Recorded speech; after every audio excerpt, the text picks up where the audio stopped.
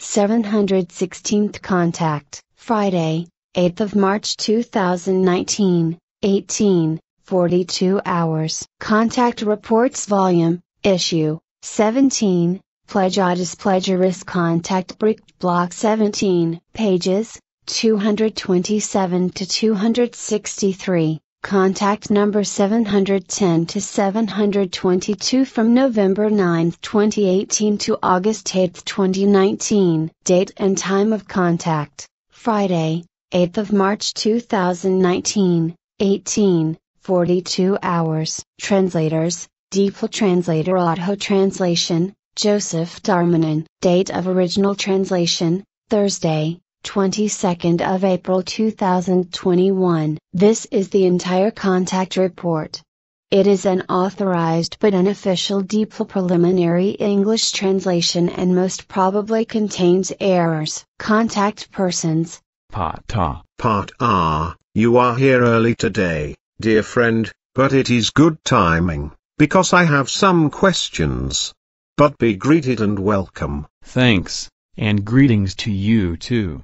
But it is not possible for me to come here at this early hour, because I am tied up with time today and have to be on call. It can take 1 hour until I am called, maybe also 2 or 3, but when I am called, then I have to go. I see, because there also has to be something like that.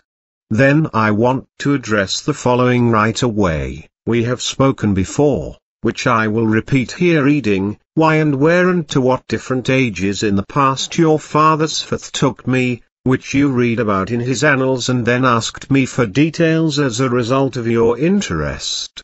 Therefore, we also spoke about the fact that I should mention something about it during one of our open conversations, precisely what faith taught me about, so that facts concerning it would also be recorded and kept for later times. The reason for this is that if one day the Earthling scientists were to find important fossils and other proofs of this, everything would be completely different from what they have all tried to prove for centuries as the past with absolutely false hypotheses. One day, new and effectively doubtless research findings will also reveal Darwin's deception and prove that human beings on Earth are not descended from apes. To this now the question whether I should say something about it today, if your time does not press you too much, so that I could still at least say something, in order to find a beginning for what you think it is necessary to mention and to record in writing, to which you said, I did not think of that, but you can of course disclose something in the manner mentioned, whereby you must, however, consider the time, because I must think about my duty, which I cannot neglect. To this I then said, all right, so of course I will be brief and only explain a few things, that, as I said, once a beginning is made, after which I can then mention further things from time to time. Then I will now mention only a little of what I have to say with regard to Sfath's teachings, beginning with the fact that Earth human beings did not originate in the south, but in the north of Africa, which has already been openly mentioned in one of our conversations. This is also contrary to all so-called scientific anthropological claims or the science of human beings and their development, which also includes philosophical, biological, cultural and forensic anthropology. Also that the first human beings are said to have emerged somewhere inland in southern Africa corresponds to a silly assumption and assertion, because in truth the first human beings appeared in Africa in an area near the Atlantic west coast of South Africa, and at a somewhat later time than the appearance of those first human beings who emerged in North Africa in the area that today includes the Sahara and Egypt. The scientific assertions are fundamentally wrong that the early human beings who emerged in Africa from the evolution of mankind migrated from there to the east, which today is called the Orient or the Orient, as well as to the north or the west, the Occident, as well as to Asia, etc. These assertions also correspond to a scientific theory. These assertions are just as much a science fairy tale as Darwin's deception that human beings descended from apes. His fraud, which he committed by filing monkey bones to prove that the human beings of the earth descended from monkeys, was unfortunately accepted and believed due to the stupidity of the scientists of the time. And so it is also still today, since unasked by the stupid and those who want to know better, his deception continues to be believed as truth and is championed by countless ignorant people. This, however, while the human beings of the earth effectively emerged from a being whose actual origin began as a bacterium. And this was indeed the case, for the human being evolved from a bacterium into a human being, whereby the early evolution of becoming a human being and its coming to life on earth is astonishingly old. As I learned from your father's Firth in the 1940s, contrary to the claims of earthly scientists or planetologists, the Earth was not formed about 4.5 billion years ago, but already 5.5 billion years ago. So, from a geological point of view, the alleged findings of planetology regarding the formation of the Earth are wrong, because with about 5.5 billion years of planetology knowledge, the Earth is about 1 billion years older than is claimed. The fact is that the developing planet Earth was first an extremely hostile world body, did not yet have a solidified crust and did not yet have water. In addition, this early Earth was hit by frequent meteorite impacts, which caused its mass to increase continuously, after which, however, when planetary cooling occurred, everything changed for the better about 4.5 billion years ago. Comets, asteroids and meteorites transported water onto the slowly cooling surface of the planet, stimulating new processes, which in the course of time developed into a planet-wide water production. Sfeth taught me, but I will only explain this in brief, that the Earth began with its own water creation and created most of the water itself, namely when the first plants emerged from nature around 4.5 billion years ago, which developed, multiplied and stored cell sap in themselves by absorbing the sparse water in the Earth's soil, which was first brought to Earth by meteorites, asteroids, stardust and comets from outer space.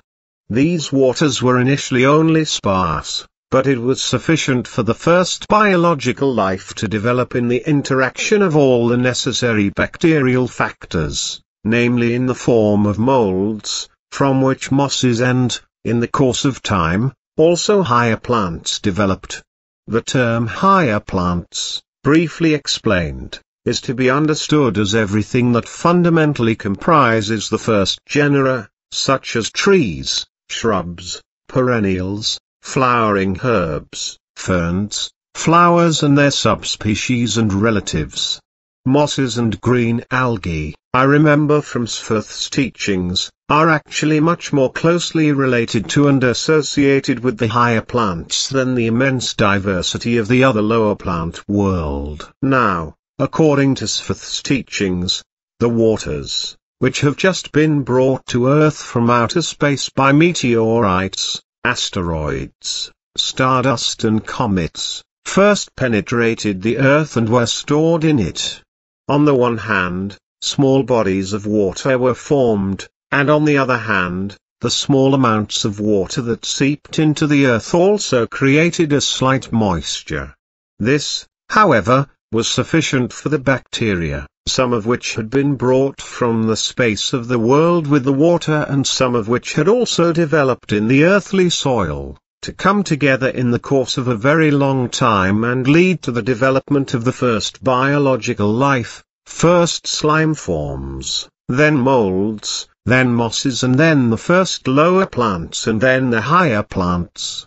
These were then followed by the first insects and later the actual first fauna life forms that could move in water, in the soil, on the ground, as well as in the air, which were also followed after a very long time by the human beings. But what is to be said about the extensive water, which is to be called the Earth's own water creation on a large scale, is that this took place through the biological development that arose or through the evolutionary development of flora, which on the one hand took place on the banks of small and large water pools, but on the other hand also in the soil and on the ground where there was sufficient moisture. This developing and rapidly spreading and ultimately very diverse flora, which could form in cooperation with diverse bacterial strains, nourished and developed from the water absorbed into itself and the nutrients that also developed during the entire development process. Within themselves, the flora forms developed cell juices, although this process was dependent on the ecological factors of the site and its environment, as is and will also continue to be the case. The moisture that developed and built up in the flora forms was, however, also released to the outside again in the early days of the first flora forms and evaporated, as is also still the case and will remain so for all time.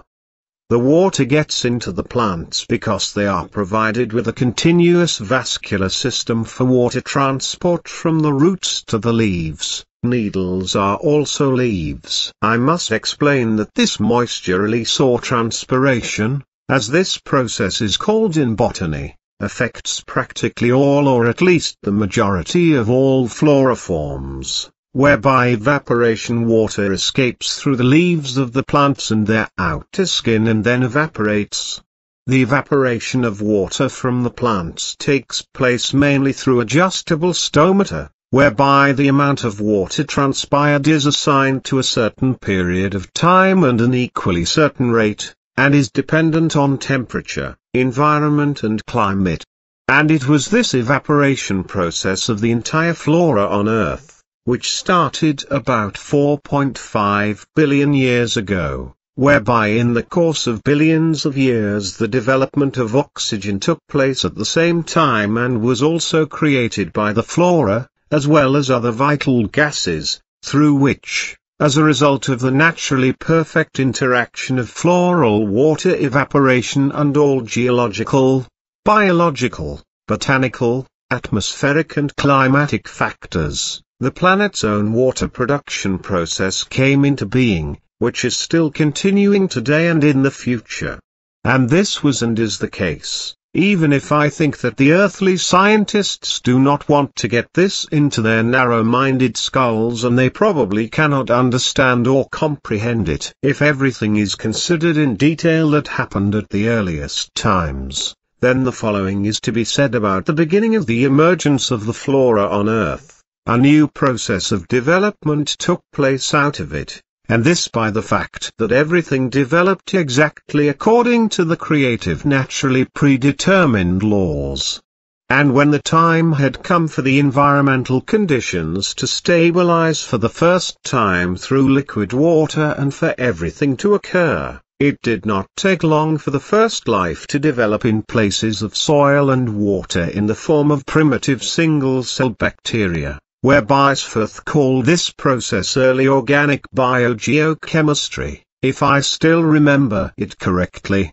From this, over the course of billions and millions of years, life evolved on Earth from all primordial beginnings and thus from its first emergence until today, as the entire complex ecosystems exist. But as far as Darwin's deception is concerned, it is to be said that the origin of human beings had nothing whatsoever to do with apes, for first the bacterium, from which the human being form finally developed over millions of years, lived as a fish-like aquatic creature, before it developed into a land creature and then into further land life forms, as Sforth showed me in the 1940s at the Messel Pit as a fossilized fossil, from which Earth human beings also ultimately emerged, which first developed in North Africa.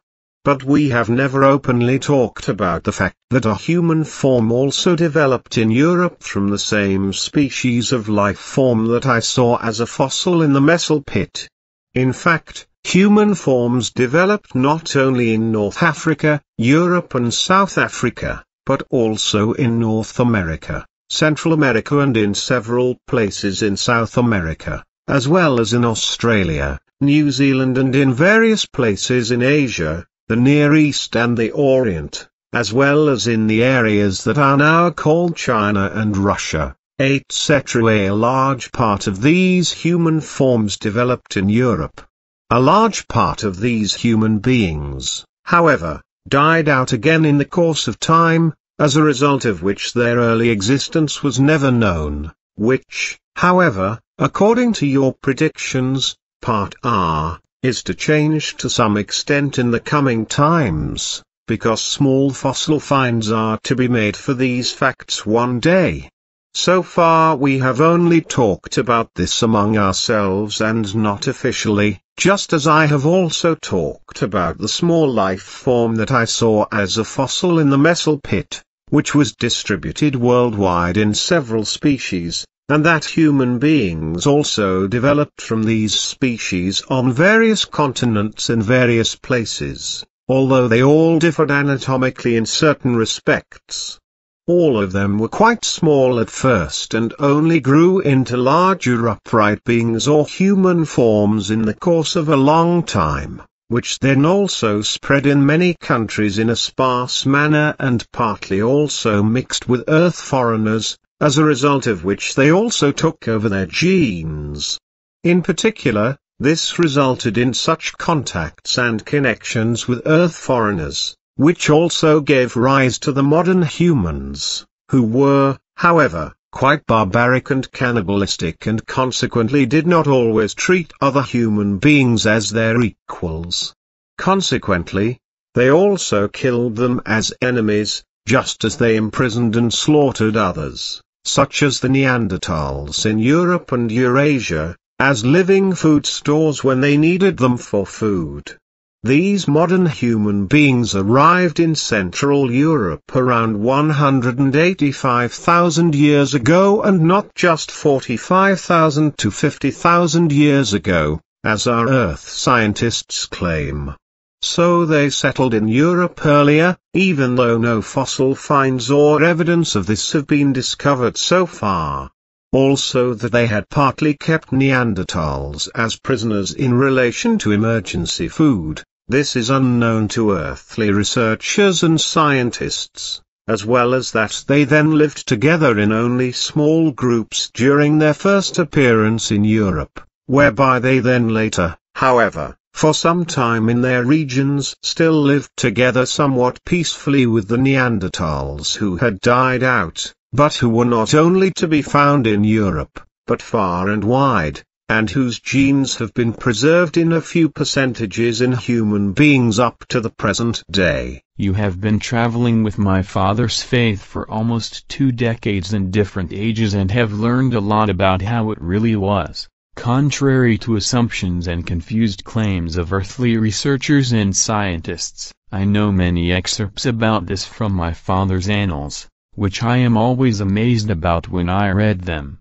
because what you experienced and learned at a young age through your journeys into other dimensions and through my father's teachings is extremely extraordinary, even by our Plejadian standards. And if excuse me, I am being called ... Ptaah is talking to someone in his mother tongue, ...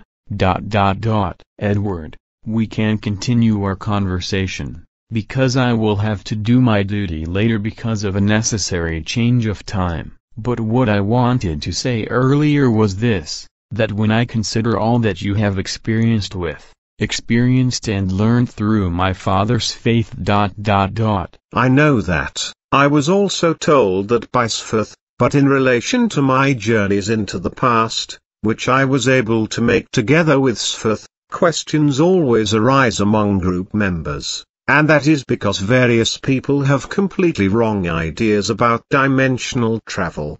In this way, The questions also refer to why I am about 2 decades older than the time I have lived through since my birth in the time we call the present. The time I have lived here on Earth in this present dimension since my birth. Those earthlings who produce conjectures for such dimensional journeys cannot understand that when traveling into the past. However, the time therefore the present has already expired and passed and can therefore no longer be retrieved. But that the time of the past can be lived through again and again during a journey into the past, as often as it is entered into, is not understood. Consequently also not that if a shorter or longer time is lived in the past, only the time in it passes and expires, but the time of the effective present is not affected. This meant that if I had the opportunity to travel with Sfth to any time in the past and could remain there for a month, I would then live in that past time, that period which, seen from the present, had already passed and was over.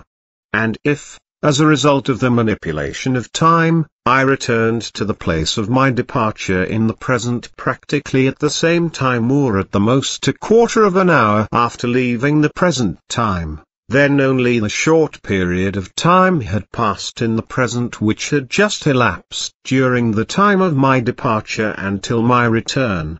But the time that I lived together with Sfth in the past, even days, weeks or months or once even 2 years, by this time I effectively became older, because I had actually lived through it, almost 2 decades in total. And this despite the fact that in the present, from which I had dived with Sfth into the dimensions of the past, only a short time had passed, and even though I had spent a long time in the past, whereas in the effective present, from which I had gone into the past, it had long since expired, passed and disappeared into the past, because only minutes or at most a quarter of an hour or so passed before I reappeared in the effective present. My absence was hardly noticed by anyone, if at all, and no one also noticed it. However, this was somewhat different during my school years, especially in the first 3 years with my teacher Karl Graf, who noticed on various occasions during lessons that I had disappeared for a few minutes, which is why he sometimes asked me what was wrong with me and why I always had to go to the toilet. Of course, I could not tell him the truth, so I would just pretend that I felt the urge to urinate, which he would be satisfied with. This is probably very difficult for our Earth human beings to understand, because the necessary knowledge about it can only be acquired and gained through practical experience. If this is not the case, then hypotheses are brought up, and this also by physicists of all kinds, etc., who, as a result of ignorance and lack of knowledge, invent unprovable and fanciful assumptions and sub-assumptions and thus adventurous hypotheses, which are full of contradictions and based on free and falsely imagined statements, which, moreover, are supposed to serve erroneously and confusedly as legalities or facts and as aids to scientific knowledge, whereby, however, in fact only falsely imagined hypotheses are worked with. That is well said, and with that I think I am addressing something else, whereby I want to start by first bringing up again the speech about the 16-year-old Greta Thunberg, because you did say last month that we should give her clear wine from the fig about this in relation to the primordial fact of what the effective facts are. This is related to the actual cause of the entire climate destruction, namely the blatant overpopulation, from which all the destruction through its degenerate machinations originates and from which climate change is now rampant. So we at the FIGU should explain this to them, which I also did at the AGM according to your suggestion, and Christian then agreed to take this matter in hand. I also made it clear what I think about this girl, namely that she is introverted, which you can see in her face, as well as that she is being exploited and disturbed in a completely irresponsible way by all those who brought her to Davos for the WEF and also made her a show object in Hamburg etc. in order to draw political profit from it. And the fact that the child does not fully understand the whole hype, nor what it has caused with its protest, and also helplessly participates in the resulting theater, is something the girl does not realize, although she is not stupid. And the fact that she is also abused by her parents in terms of self-propaganda and, on top of everything, nominated for the Nobel Peace Prize.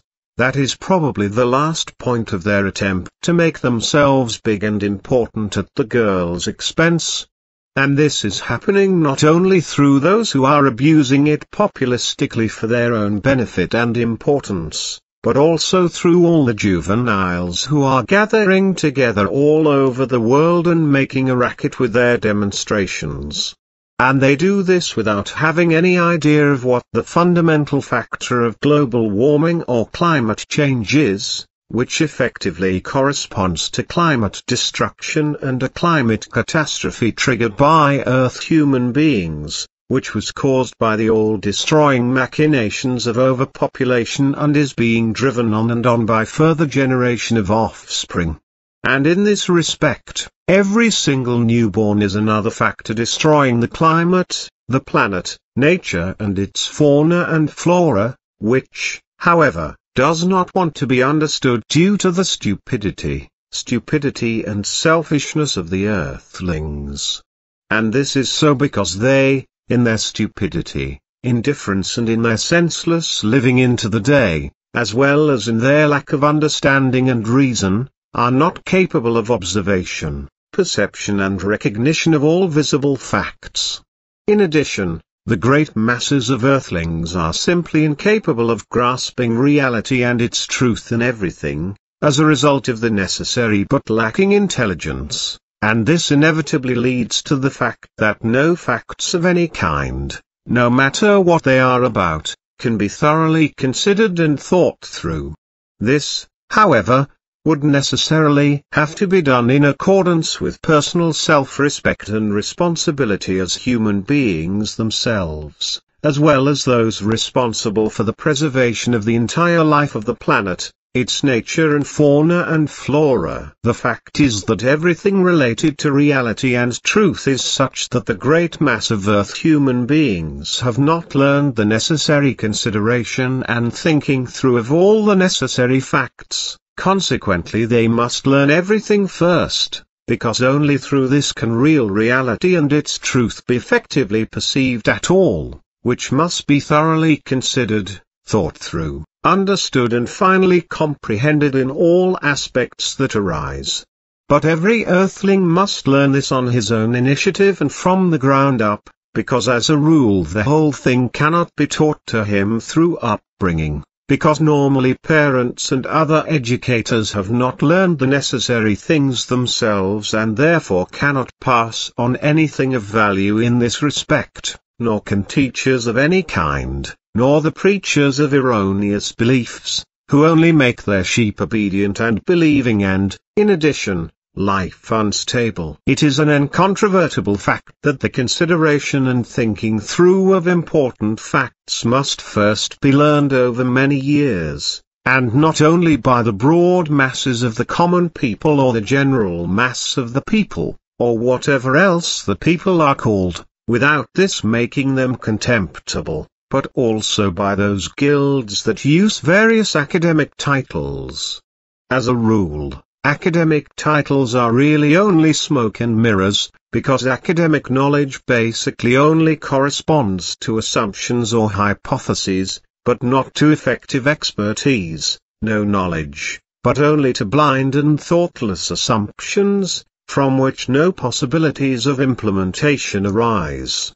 There are, of course, certain exceptions to this, precisely in relation to academic titles. If effective, incontrovertible, realistic, real and truthful expertise or a real ability to implement is given, which cannot be associated with assumption, conjecture and theory in any way. Returning to the effective consideration and thinking through of facts, which as a rule are inevitably divided into several further factors, these are thus not considered, neither by the common people nor by those who brandish academic titles, have higher professional qualifications, wallow in any state or municipal offices, in organizations or religious leadership positions, etc., and who give their wisdom to the best. Basically, the majority of earthlings do not consider and think through the factors of problems and facts individually in all their factual ramifications, but only address them in one single and thus futile direction, resulting only in stupid and completely ill-considered speeches, ideas and proposals etc., which are of no use whatsoever, but are only stupid and silly. This also proves to be the case with 11 completely ill-considered and unthought-out mad energy-saving tips from the FN, but I will say more about this later, because I now have to address something else, namely certain consequences resulting from Greta Thunberg's climate protest. The fact is, as I see on television and in newspapers and journals, which I will probably have to talk about again later, that as a result of Greta's action, suddenly all over the world masses of children, juveniles and also adults feel called upon to take sides with the climate activist, who may have been encouraged to do so by her parents. And the fact that masses of children, juveniles and near-adults are now taking part in the worldwide climate demonstrations and protests on Fridays, howling about in an irrelevant way, shouting stupid slogans and saying things that make them think they are big and important, that is all just empty smoke and mirrors. On the one hand, the whole thing is so childish that not even a completely insane human being in a nut house could be. And on the other hand, it is absolutely useless, causing trouble and disorder, as well as unrest among the entire population. Also with regard to the learning activity of the children and juveniles who skip school lessons en masse, incited by all the bullshit, yet completely ignorant of the real reality and its truth with regard to the facts of climate change. The foreseeable truancy trouble, which is already pre-programmed, will increase in a short time.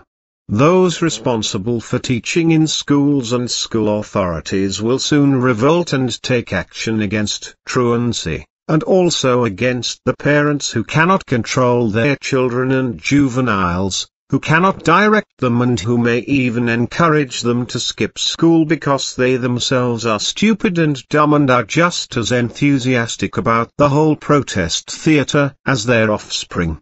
And it must be said of these offspring, by which I mean especially the older juveniles, that they are incapable, too stupid and unmotivated to even think through their actions and doings thoroughly and to understand what needs to be done, especially in political terms. Therefore, they have no thought, no interest, no understanding and no reason to understand that as juveniles they are required to educate themselves in all necessary fields of knowledge in a correct way, also in political terms. This in order to enter politics themselves, to sign up for it, and then, when their time comes, to righteously regulate everything that is going wrong in the state and to do their duty, to the satisfaction of the population as a whole, as a good force oriented towards correct governance. Now, the rabble-rousing of children and juveniles as a result of the climate demonstrations, who usually take part in all this nonsense with the consent of their parents, who were previously opposed to such participatory actions by their children, but now, in their fickleness, change their opinion, which is not an opinion at all, because they are incapable of forming their own opinions, is more than just stupid. If the whole thing is considered and thought through in an effectively logical way, then a change of mind can be defined from this, which makes it possible to recognize that such parents, mothers and fathers, have fallen prey to a conflict that burdens them and is unsolvable for them, which causes them distress, doubt and uncertainty, and this unconsciously. Consequently they themselves cannot perceive the whole thing and also cannot judge it as pathological misbehavior. And this takes place in them as a result of their personal unreliability, embarrassment, inconstancy, indecisiveness, superficiality and discontinuity, with which their timidity and indecisiveness, indecision, imbalance and inconsistency are also connected. But their resulting flightiness and vacillating attitude and mood are further factors which they themselves are just as incapable of recognizing and coping with as their inability to form their own logical, correct and value-stable opinion. What has been said is therefore one thing. The other relates to the children and juveniles themselves, who feel incited by Greta Thunberg's climate protests and suddenly also feel called upon to participate in climate demonstrations and protests, although they are as ignorant about the cause of the ongoing climate catastrophe as an unsuspecting fetus in the womb. However, as many statements on television prove when asked by journalists, they talk stupidly and simple-mindedly and stereotypically only parrot and imitate all the statements, behaviors and stupid speeches that they constantly take over in the same form and in the same way from some people who think up and spread slogans and catchphrases in a populist manner. In doing so, they all deceive themselves and also make themselves look ridiculous and complicit in the continuing progress of climate change. This is because, in their complete ignorance of the whole, which they do not understand in any way, they are fellow travelers for something that can bring neither success nor benefit, but only further harm, because the effective truth of the whole climate evil does not want to be recognized and considered. And this happens out of egoism and selfishness, because one's own desires for offspring do not want to be restricted, and this is considered a purely private matter, regardless of whether the world perishes in the process. So people only listen to the expert zeros and rivets who call themselves climate researchers, scientists and politicians, who only come up with crazy and confused bogus measures against climate change that are completely misguided and, moreover, continue to fuel climate destruction due to the completely false information of the alleged experts, that is climate researchers, scientists and politicians etc. It results that of the children, juveniles and adults who take part in protests in relation to climate demonstrations and roar along senselessly, ignorant of the effective facts, not a single person even thinks a brief and fundamentally sensible thought of their own. Consequently, not a single factual sensible word is said that would effectively clarify the basic facts of global warming, climate destruction and climate catastrophe. Because on the one hand this is absolutely impossible and also not in the sense of the children, juveniles and adults, because a birth stop and birth control should egoistically and selfishly remain a private matter under all circumstances, even if climate change continues to produce ever more destructive natural disasters. If this were what they had in mind, then they would name overpopulation and the destruction of the planet, its nature and its fauna and flora, the oceans and fresh waters, the landscapes, forests, mountains and the atmosphere etc. by chemical poisons and organic toxins as the first cause of the entire climate catastrophe.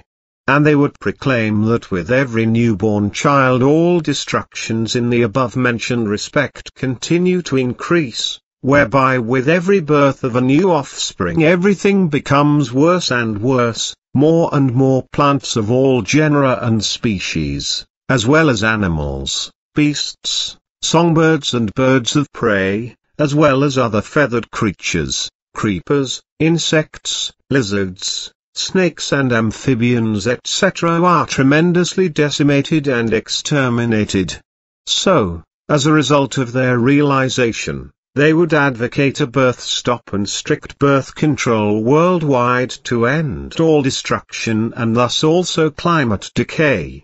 This is because it is the only way to put an end to all destructive mischief and to all destructive actions resulting from overpopulation that are criminally directed against nature, fauna and flora, the climate, the atmosphere and the entire planet, as a result of which the planet Earth, its atmosphere and climate, its nature and fauna and flora, the oceans and fresh waters, the forests, this regeneration, however, would take many hundreds of years and the entire world would have to do without a great deal, especially a great deal of offspring, which is exactly the factor that neither children nor juveniles and adults think about and neither consider stopping nor controlling births, nor even want to take upon themselves.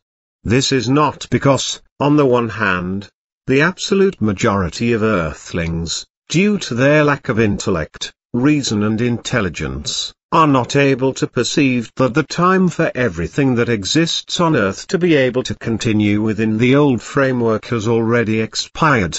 This is because everything is now to the point where it cannot go on according to the previous system and nothing can be saved with all the idiotically conceived ideas with even more idiotic measures. The main reason for the fact that there is no room in the brains of the stupid majority of earthlings for a birth stop and for birth control is that on the one hand they think primarily for and of themselves, but on the other hand not even the slightest hint of a thought for the well-being of the planet and its nature, fauna and flora can arise. And this happens because the procreation of offspring and thus childbearing is selfishly regarded as a purely private matter and is enforced by hook or by crook, regardless of whether reasons of reason, rationality and intelligence speak against it. And no one should be allowed to interfere in this private matter, because this private matter must remain a private matter against all reason and intelligence. Even if a climate collapse is conjured up and perhaps billions of deaths and the extinction of countless creatures in nature have to be feared. So, on the one hand, no thought is given to searching for, finding and understanding the effective cause of climate change, which lies solely in overpopulation and its tremendously diverse and all-destructive machinations with regard to the planet and its nature and fauna and flora.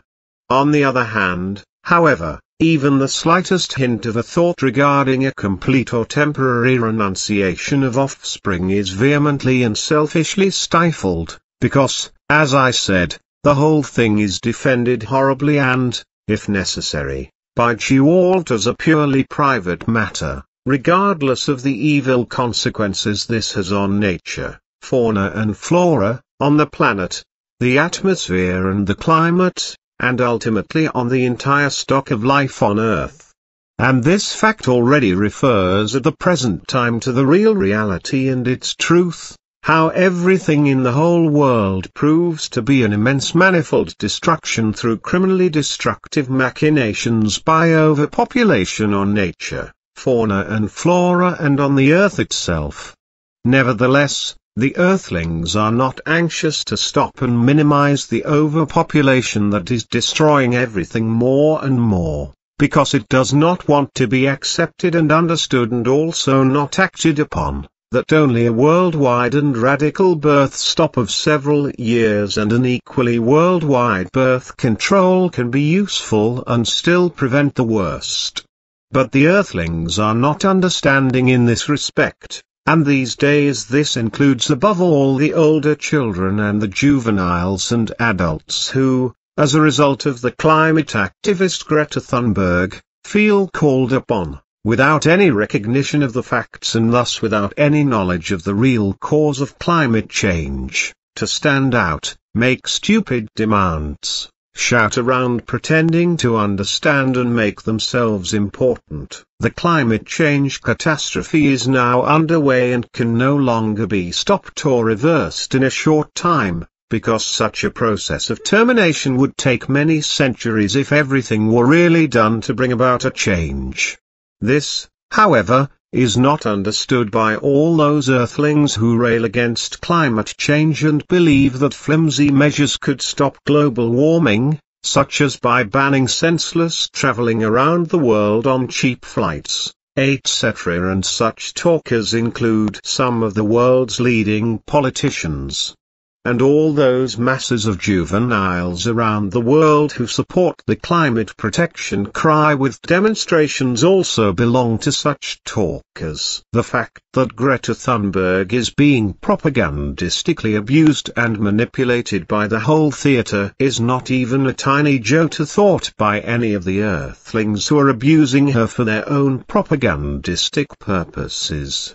And that is the case with all the juveniles who, as a result of the climate attention triggered by Greta, demonstrate in her name all over the world without even being grown up enough to know what climate change is all about, which is something that not even the environmental activists, who believe themselves to be experts and climate researchers and climate scientists who also believe themselves to be experts, know.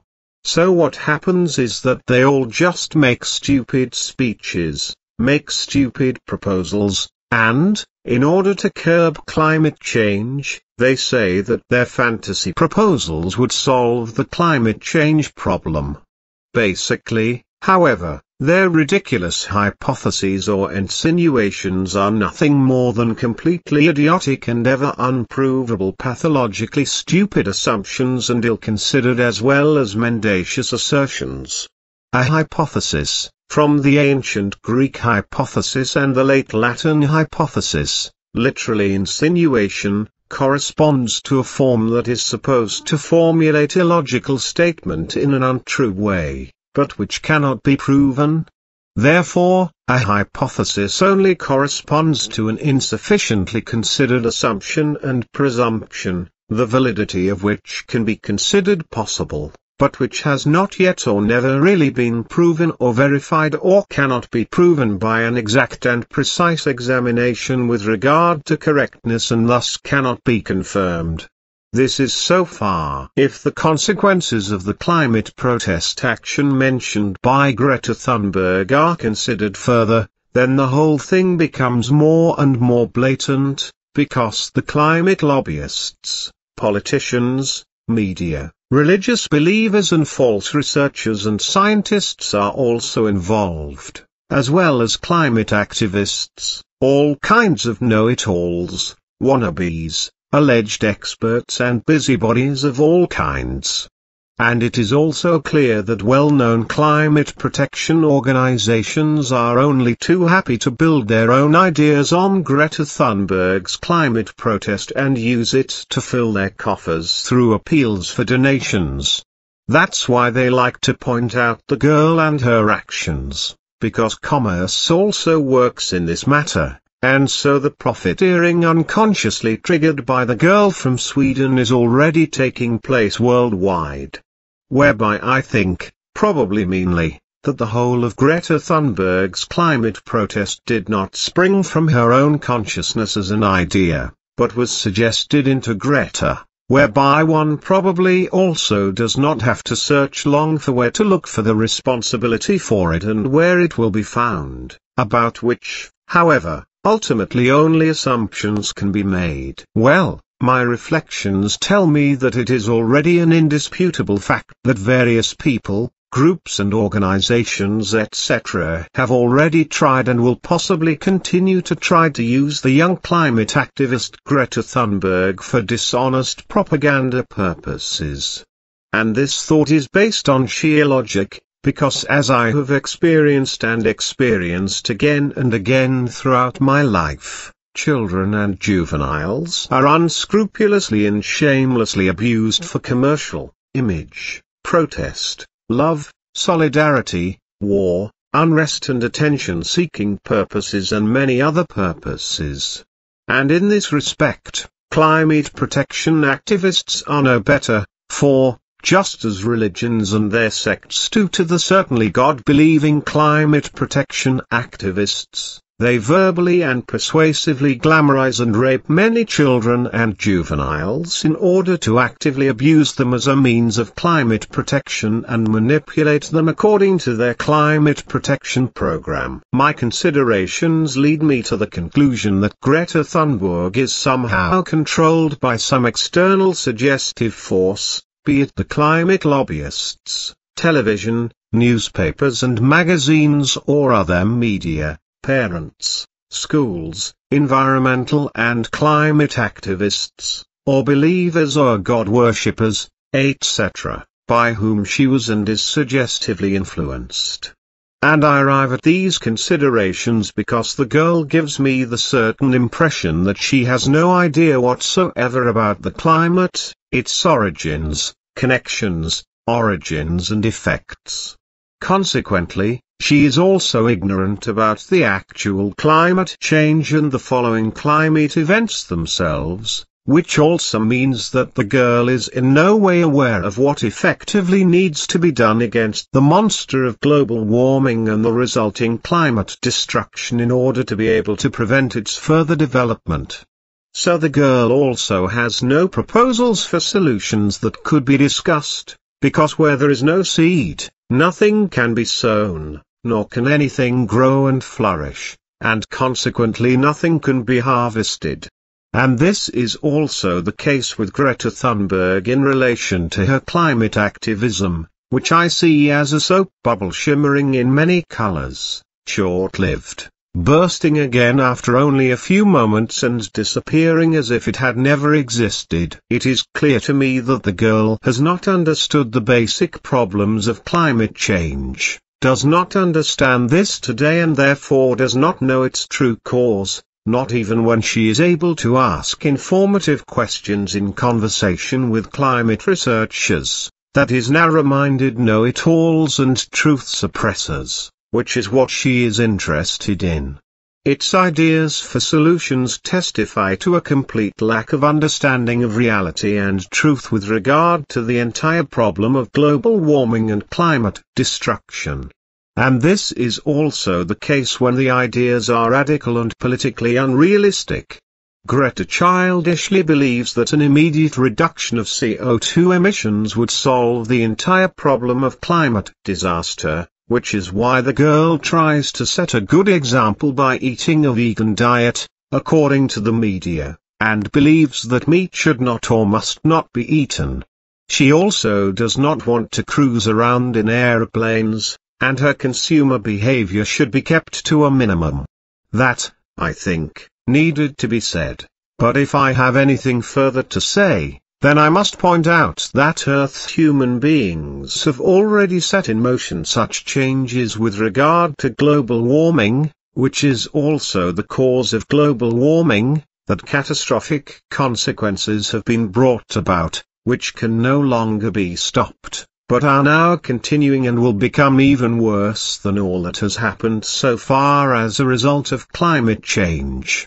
But I must also say, without meaning or exalting myself, that as early as the 1940s, 1950s and 1970s I took the liberty of writing to public media and various organizations around the world with pertinent articles, saying what the future would bring. Of course, there was no reaction to this, but everything was disposed of in the waste paper basket and probably also laughed at. As a result, the media etc. did not give any public notice and also did not take the necessary measures to prevent the whole thing with all the trimmings of all the evil consequences of climate change. As a consequence, the whole of humanity must now adapt to the consequences of climate change, for which, however, no more time can be gained now, because the whole thing is already underway and taking place with great force. And yet global warming has already risen and, according to your very precise Plejaran data and measurements, is already 1.4 degrees higher than the primitive earthly heat measuring instruments indicate. This is apparently either not recognized by the earthling experts or simply concealed, who make themselves big with all kinds of good advice, but do not recognize or do not want to admit the effective cause of global warming. This unwillingness to admit it can be based on sheer ignorance, stupidity, but also perhaps on cowardly fear, because people shy away from reality and truth and fearfully avoid telling the truth. This truth, however, is that the only way to usefully counter climate change is a worldwide, long-term birth stop and subsequent global birth control. The process of restoring the climate, if such a process should be possible at all, so that the climate returns to normal, would take many centuries or even 1 or 2 millennia. However, the clever climate researchers and the like do not think about this, but only talk stupid stuff, as is also proven by stupidly stupid contributions on the internet, such as the following. The biologist Professor ... explains. To avoid serious damage, global warming would have to be limited to a maximum of 1.5 degrees Celsius, according to a new report by the UN Climate Council. However, this would require measures of enormous proportions. In various columns, the following is said about the environment and resources as well as climate and air and climate change with stupid, simple-minded, pathologically stupid but serious nonsense, with environmental psychologists and climate researchers etc. also having their say. 1. Climate protection begins in the household. 2. If you want to contribute to climate protection, you have to take care to save energy. But action is also needed in other places. 3. Does too much meat consumption have a negative impact on the climate? 4. Turning off lights is enough to save a lot of climate. 5. To really do something about global warming, we would have to change our habits. 6. Flying is the biggest environmental sin, especially short distances. Yet we Swiss are taking the plane more and more often. 7. Drive less and take public transport or the bicycle more often, followed by saving electricity. 8. Fly less, give up meat and make more of an effort. Environmental psychologist. 9. If more organic products are to be bought, they must also be offered in the shops. Environmental psychologist. 10. Doing without is difficult, because it creates a conflict with our quality of life. We also do not really know how we can best save energy and CO2. 11. Is there a lack of information for end consumers? 12. The typical consumer does not inquire in detail where he can save energy and how much. We prefer to rely on our own judgment, and that often leads us astray. 13. For example, we tend to judge energy consumption by how visible it is. Many people think that putting out lights saves much more energy than is really the case. But it would make much more sense to do without the tumbler or to save on heating or hot water. 14. We underestimate the energy consumption of small appliances and overestimate that of large ones. Also, the rule of thumb: the bigger an appliance, the more energy it consumes, leads to wrong assumptions. We thus underestimate the consumption of small appliances like chargers, while we overestimate larger ones like hoovers. 15. In which areas do we find it particularly difficult to change our lifestyle? This is different from human beings to human beings. Younger people who like to travel the world often find it difficult to reduce flying, while older people often cannot imagine a life without a car. 16. It always gets difficult when it comes to our habits. They are stubborn. That is why it is difficult to promote more environmentally conscious behavior, especially when it comes to food and mobility. Allegedly pertinent to the topic of climate change are also the following strange references to an article supposedly related to the matter. SRG survey. Restrictions yes, as long as they do not hurt. According to the SRG survey, 80% of the Swiss would be willing to spend more on local and seasonal products. In other words, to change their eating habits. B. Buying local, seasonal or organic products does not require any real sacrifice, and the consumer even benefits. These products are perceived as healthier and of higher quality. When I buy organic, I even do something good for my body. That catches on. C. So eat organic, but fly to Ibiza. D. A classic behavior. The key word here is moral justification. Because I have behaved in an environmentally friendly way, I believe I have bought the moral justification to be a little more lax in another area. E. This can have absurd consequences. For example, someone who buys an energy-efficient car may have the tendency to suddenly take the car also for shorter distances that he or she otherwise traveled by bicycle or on foot. In the worst case, energy consumption may even increase. F. Various neurologists see the problem in our Stone Age brain. We are simply not capable of reacting to an abstract danger like climate change. What happens in 20, 50 or 100 years is too far away. What is your opinion? Answer from an unknown person. I agree. Climate change is gradual. There is no change from one day to the next. The influences are delayed. That might make it difficult to react to it. If I behave in an exemplary way and do without a flight, there are no visible consequences. All human beings can be motivated, some by financial incentives, others by prestige. So we have Stone Age brains, immovable habits and confusing energy labels that make climate-conscious behavior difficult. Please, give us a little hope. There is. Those who are not environmentally conscious will not simply become so. But our studies have shown that there are starting points for every human being. Some people are motivated by financial incentives, others by political ones. Still others react to their social environment and want to be perceived as particularly environmentally friendly. Solar panels on the roof are a good example. They are now seen as a statement that one is environmentally friendly and innovative. According to a Dutch study, this prestige is even the most important reason for installing solar panels. Supposedly in keeping with the theme of climate change, there are also the following strange references to a related article: Climate Change Chat with the Federal Government and SPB and Climate Change Chat with Science and Research. A. In many countries, so-called nudging is popular. Consumers are to be gently nudged and thus motivated to change their behavior. Also in Switzerland. B. This is a very effective method that is generally accepted by consumers.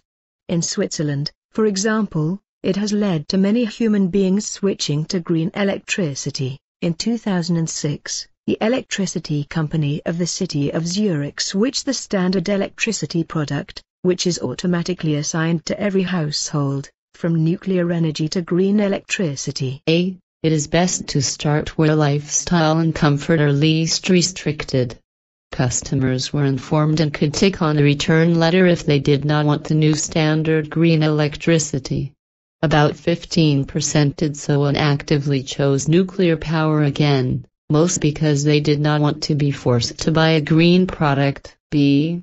A good 80%, however, silently accepted the new standard green electricity product, even though it was about 0.5 centimes more expensive per kilowatt-hour. Many of these customers would not have switched without this gentle nudge. A. So most of us need a little pressure from outside.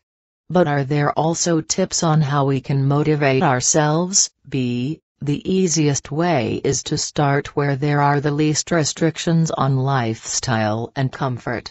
So, for example, buy energy-efficient light bulbs or appliances. Here in particular you can make a big difference with little effort.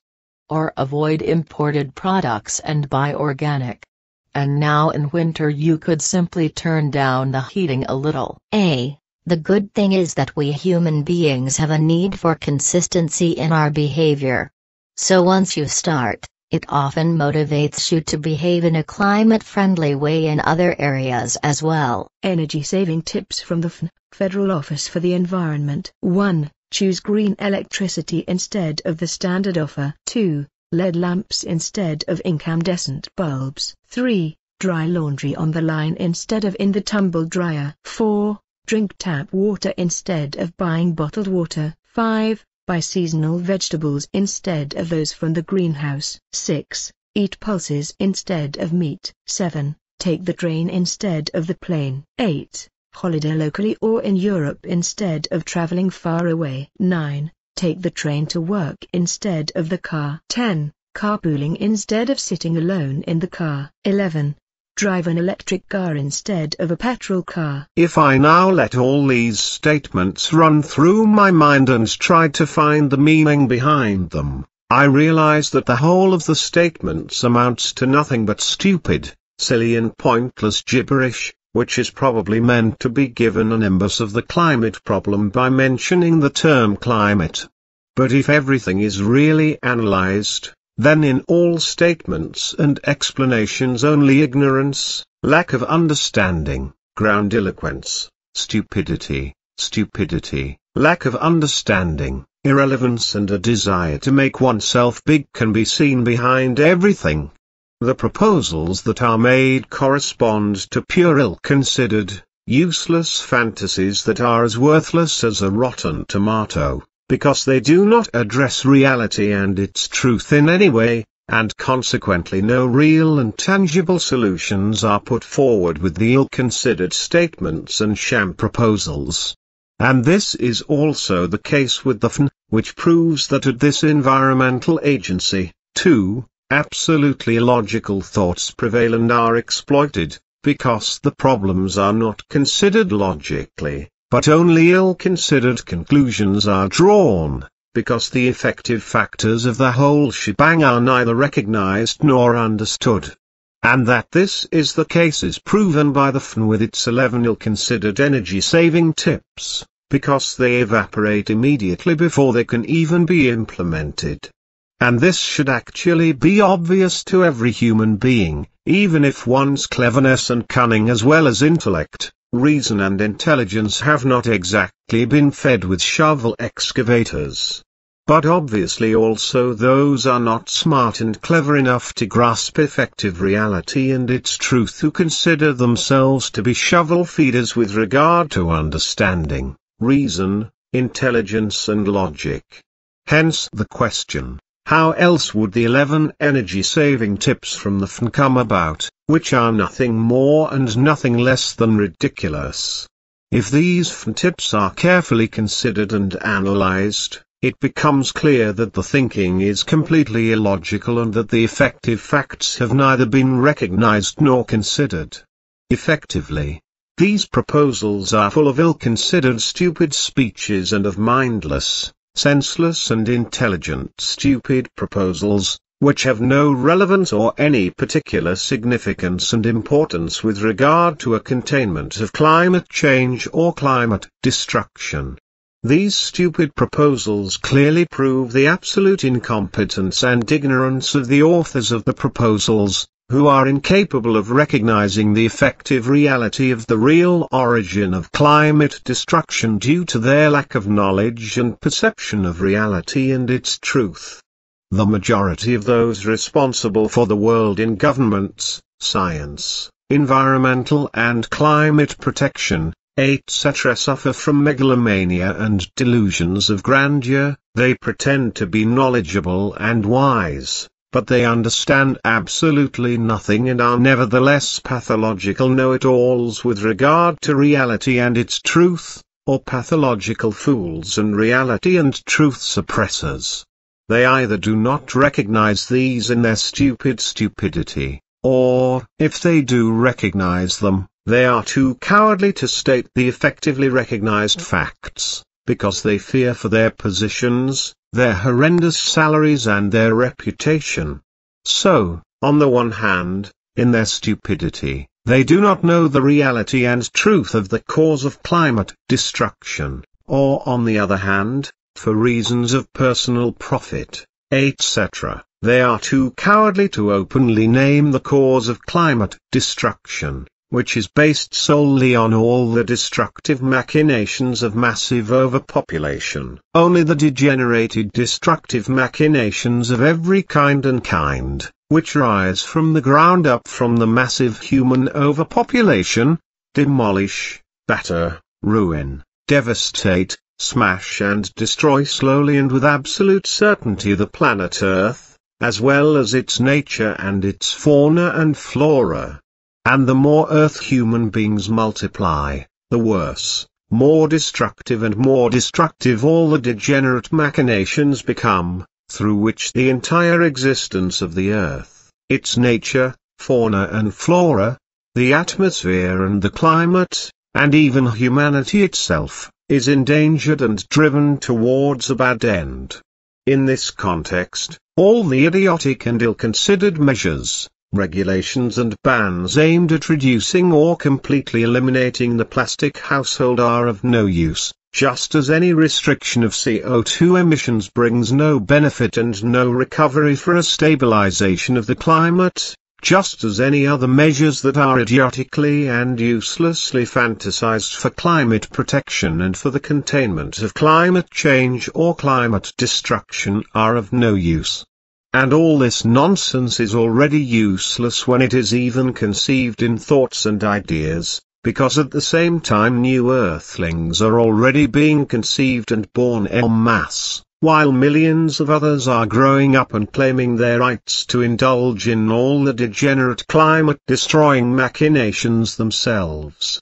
And this regardless of what these degenerate destructive machinations are about, whether it is the use of CO2-emitting vehicles, the spreading of chemical toxins into nature, the building of land for houses, factory buildings, factories, roads, sports grounds and amusement parks, etc., or the destruction of the environment, atmosphere, oceans and fresh waters, as well as mountains and the climate in various ways. Basically, it is all the degenerate machinations of every kind that have caused climate change through the already existing and still uncontrollably growing gigantic overpopulation and have thus already brought about tremendous natural disasters and storms. All the degenerate machinations unleashed by overpopulation resemble the earliest tale of the Pandora myth by the poet Hesiod, which relates that Zeus, the supreme god in Greek mythology, had a beautiful, seductive woman Pandora made by the artistically gifted fire god Hephaestus, and one day she was given a golden box to give to all human beings, but forbade them to open it. After a short time, however, Pandora herself opened the box, as Greek mythology relates, whereby all the evils previously unknown to mankind, such as toil, disease, all evil and death, etc., escaped from the box and have ruled the world ever since. This was part of the punishment for mankind as a result of the fire stolen by Prometheus. The thawing of the permafrost also goes back to the degenerate machinations of rampant overpopulation, for the thawing of the permafrost releases methane gas deposits in permafrost areas, in mountains, deep lakes and in the oceans, which are toxic to human beings in large quantities and also destroy the climate, thus also dangerously damaging the Arctic and Antarctic, as well as the surrounding ocean waters down to their bottom and their living beings. And due to the constantly expanding degenerate machinations of the endlessly growing overpopulation, at least today, the warming of the Arctic and Antarctic continues inexorably, whereby both ice continents are thawing more and more quickly, just as, for example, the Siberian permafrost areas, which have already begun to thaw permanently. Microbes that have been inactive for a while are already beginning to process the carbon bound in plant remains at an early stage, with the result that, in addition to other newly developing greenhouse gases, a new and additional release of greenhouse gases is also taking place and causing additional damage to the climate. And if the whole overpopulation madness and the degenerate machinations resulting from it are not finally stopped, then an all-destructive climate collapse is ultimately imminent, which can at least wipe out an enormous amount or possibly all higher life. The fact is that due to progressive warming, not only the Arctic and Antarctic but also the Siberian permafrost is thawing, in particular due to the microbes that process the carbon bound in plant remains in the permafrost regions, thus producing new greenhouse gases, as I have already said. So in addition to the actual global warming, which is the fault of the degenerate machinations of earthling overpopulation, there are also natural factors, which will further the destruction of the climate, as Firth explained to me in great detail back in the 1940s and laid out for me everything that will happen. So, as a result of the degeneracy caused by overpopulation so far and which will continue to be caused, many more greenhouse gases will enter the atmosphere and continue to have a very negative effect on the climate, much more and to a greater extent than is happening as a result of climate change itself. The whole thing is effectively a vicious circle, because all the overpopulation degeneracies increase and amplify the total greenhouse gases to such an extent that further global warming brings other factors of climate destruction into play. These include not only the thawing of the permafrost and the further increase in methane gas emissions from the huge herds of cattle and other animals and various creatures, which will release even more greenhouse gases into the atmosphere, but also other things that occur on a purely natural basis. The whole Earth, according to Firth, is a huge storehouse of organic carbon, leaking very high levels of carbon into the atmosphere through global warming and precisely through climate change and effective climate destruction. According to your very accurate Plejadisch measurements, the average temperature on Earth has already risen by 1.4 degrees, while Earth scientists still maintain that this is not yet the case. The fact that the ground does not freeze evenly everywhere, but only in places, depending on the regions, may perhaps lead to incorrect measurements and to the fact that the earthly scientific average temperature measurements do not correspond to the exact Plejadisch measurements. As far as I know, when the mercury column drops below -6 degrees on an annual average, the ground then freezes completely, and if this cold persists for a long time, the ground freezes very deeply into it, as for example in certain areas of Siberia and Canada, where the permafrost depth can reach 1,500 meters, as Firth proved to me on the spot in the 1940s by measuring the depth in Siberia. During an approximately 3-month journey into the past, he showed me a permafrost soil culture several meters thick, which he had created especially for me to study and which he allowed to thaw slowly in my presence so that I could observe all the processes. So I saw how, after thawing, the culture very quickly became very active with microbes coming to life and feasting on the plant remains and other organic materials present in the culture, with these microbes displaying tremendous microbial activity. In the process, they carried out a veritable orgy of decomposition, which I was able to observe and experience in a lifelike way on special apparatus. I learned how the microbes became more and more active and developed a great deal of heat, causing the permafrost culture to thaw ever faster and deeper downwards. This process also began some time ago in the permanent permafrost areas on Earth, where the microbes have been producing a lot of heat through their metabolism for a long time, whereby they have begun to thaw the permafrost areas more and more under their own power, as is also the case in the depths of the oceans and in deep lakes. where the microbes also convert the deep frozen carbon quantities into carbon dioxide and thus the methane gases dissolve, reached the Earth's surface as a greenhouse gas and thus into the atmosphere and have a negative influence on the climate. Sfeth also let me see, taught me and explained in addition, which was extremely interesting to observe and experience, how the microbes broke down everything and incorporated the carbon contained in the plant remains etc. into carbon dioxide and methane. This, whereby a large part of the carbon escapes into the atmosphere as methane and thus contributes more and more massively to Earth and climate warming. But I could also see how the microbes, through their great heat generation, thawed the soil further and deeper down, as is also happening now in modern times through the thawing in the permafrost regions as a result of global warming and climate warming and through the action of the microbes on the Earth. My father's faith taught you during the nearly 2 decades that you spent mostly in the earthly past to very far back in time, as well as into the distant future.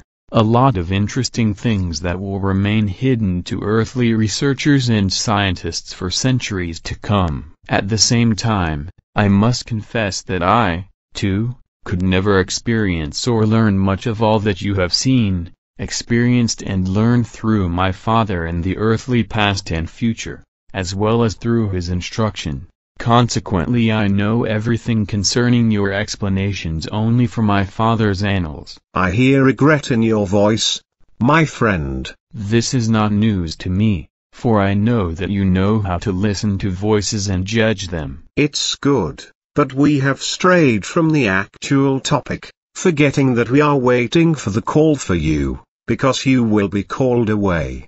So I'd like to get back to the actual topic and address the thing that the FN is saying and that I think the 11 tips regarding energy saving are ridiculous, to which I will say the following, which will probably take some time. Energy saving tips from the FN, Federal Office for the Environment, equals irresponsible, illogical negative suggestion. 1. Choose green electricity instead of the standard offer. The fact is, the production of the devices and equipment etc. that have to be designed and manufactured to generate green electricity from renewable energies such as wind power, solar power, hydropower as well as geothermal and heating resources etc. alone require enormous amounts of electrical energy. These enormous amounts of electrical energy and power, which alone are required for the manufacture and production of all the necessary devices and equipment, can simply not be generated as green electricity, because all the technical possibilities necessary for this are currently lacking, even long into the future. Consequently, all energy and power must be produced in the traditional way, whereby nuclear power and power from coal-fired power plants etc. are in the foreground and green power can only be produced in small quantities at present and also for a long time to come. So it is illogical and nonsensical to choose green electricity instead of from the standard supply, because quite simply enough green electricity cannot be produced either now or in the near future. Consequently the idea of choosing green electricity is not only illogical, but ill-considered and stupid, and moreover it deludes the human beings into believing something unrealistic, which cannot be realized either today or tomorrow, nor in the foreseeable future. 2. LED lamps instead of incandescent bulbs. The fact is, just as the production of light bulbs requires a great deal of electrical energy and power, this is also the case for the production of LED lamps, whereby energy and power cannot yet be generated by green electricity, but only by conventional standard production. So in this respect, too, the possibility of managing LED lamp production with green electricity is not yet given, because it cannot be generated in sufficient quantities for a long time yet. In addition to the fact that green electricity cannot be produced for the production of LED lamps, it must be remembered that the disadvantages of LED lamps must also be taken into account and that these are absolutely not of a harmless nature, not even if the whole thing is played down by LED manufacturers, LED advocates and researchers and scientists. The fact is, LED light can promote the death of visual cells in human beings and in all living beings in general, as the Plejarin have researched and demonstrated with absolute certainty, which means that the bluish light of LEDs is very damaging to the eyes in the long run, which will increasingly lead to visual difficulties and eye inflammations in many human beings in the future. And this will be so, as the Plejarin have said, and also when attempts are made to prevent this danger in LED lamps by adding light orange tints to them.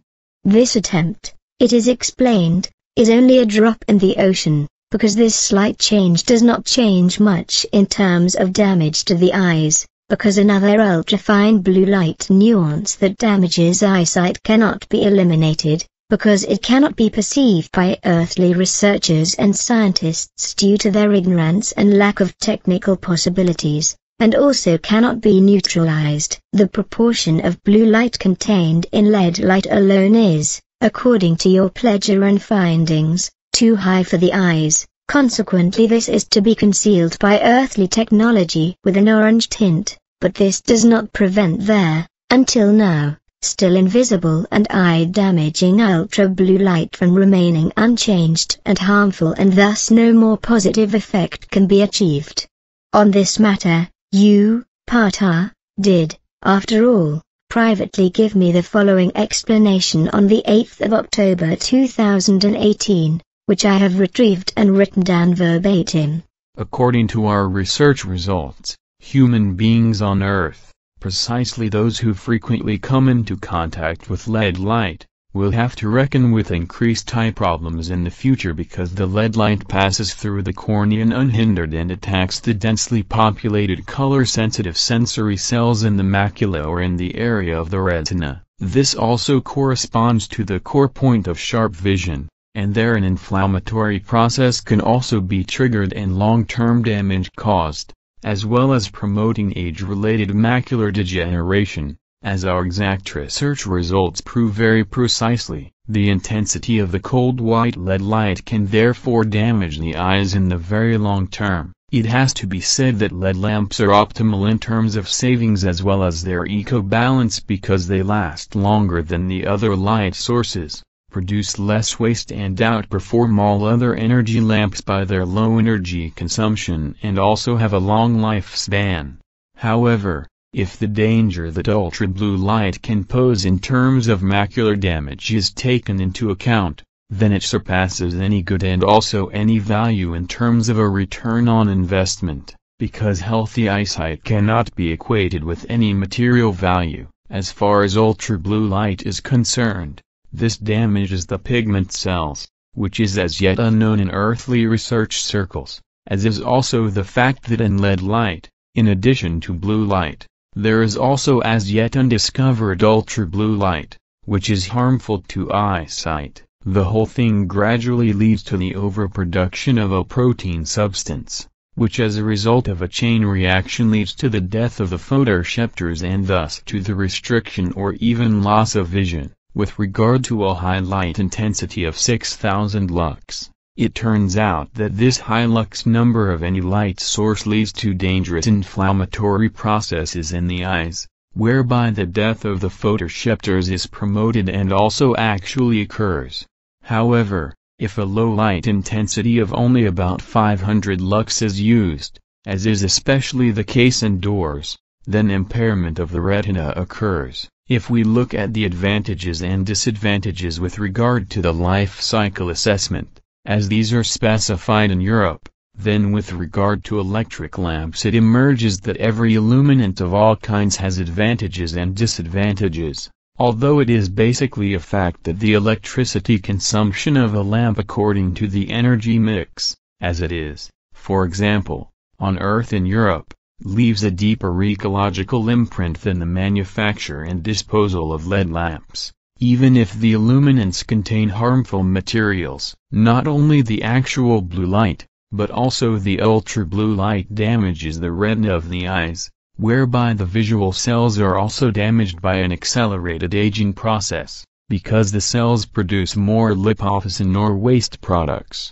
which produce certain deposits and dark spots on the retina. This, however, corresponds to an age-related incurable disease, which is accelerated by the process of blue light as well as ultra-blue light, especially when the eyes are exposed unprotected to LED light, but also to other intense light sources, such as strong work lamps, headlights, monitors or television sets etc. The negative effect of blue light and ultra-blue light of LED light in the dark is particularly harmful, because in the dark not only the eyes are damaged, but also the so-called inner hours falls out of sync, because blue and ultra-blue light cause sleep disturbances. If blue or ultra-blue light falls on the eyes, even for a short time, melatonin production inevitably stops, disrupting the sleep rhythm and causing sleep disturbance. Possible consequences are not only these disturbances,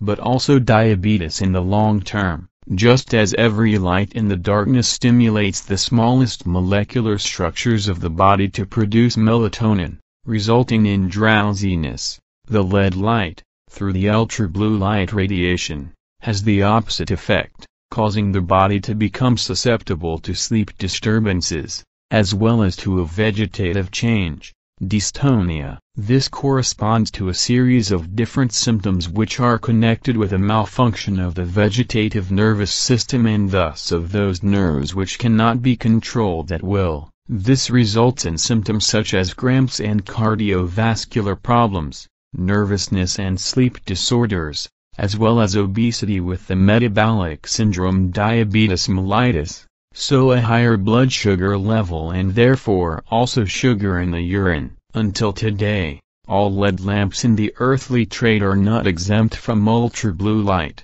because in this respect in all LED research areas ultra-blue light is still absolutely unknown and its existence is also not yet ascertainable. What is available on the market are partly good products that have yellow-orange tinted glass bodies, whereby this tint filters out the blue light in the LED light to a large extent and thus reduces the danger to the eyes. However, as a result of ignorance with regard to ultra-blue light, which has approximately the same effect as actual blue light, which is largely filtered out, the danger of damage to the pigment cells etc. remains, as I have explained everything in detail. So that, Ptaah, is your explanations from the 8th of October 2018, to which, however, I have something to add, which relates to the following facts, which arguably contribute to the fact that LED lamps, in addition to endangering eyesight through the blue light and ultra-blue light,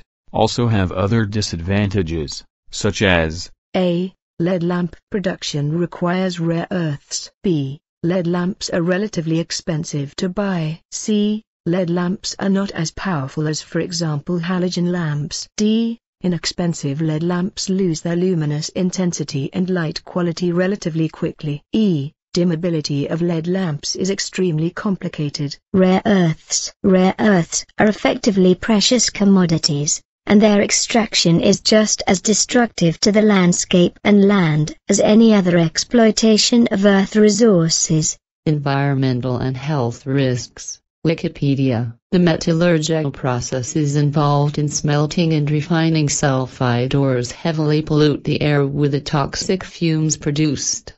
The production of a single ton of rare earths generates around 9,600 to 12,000 cubic meters of toxic waste gases containing dust, hydrofluoric acid, sulfuric acid and sulfur dioxide, as well as around 75 cubic meters of acidic wastewater and around 1 ton of radioactive sludge.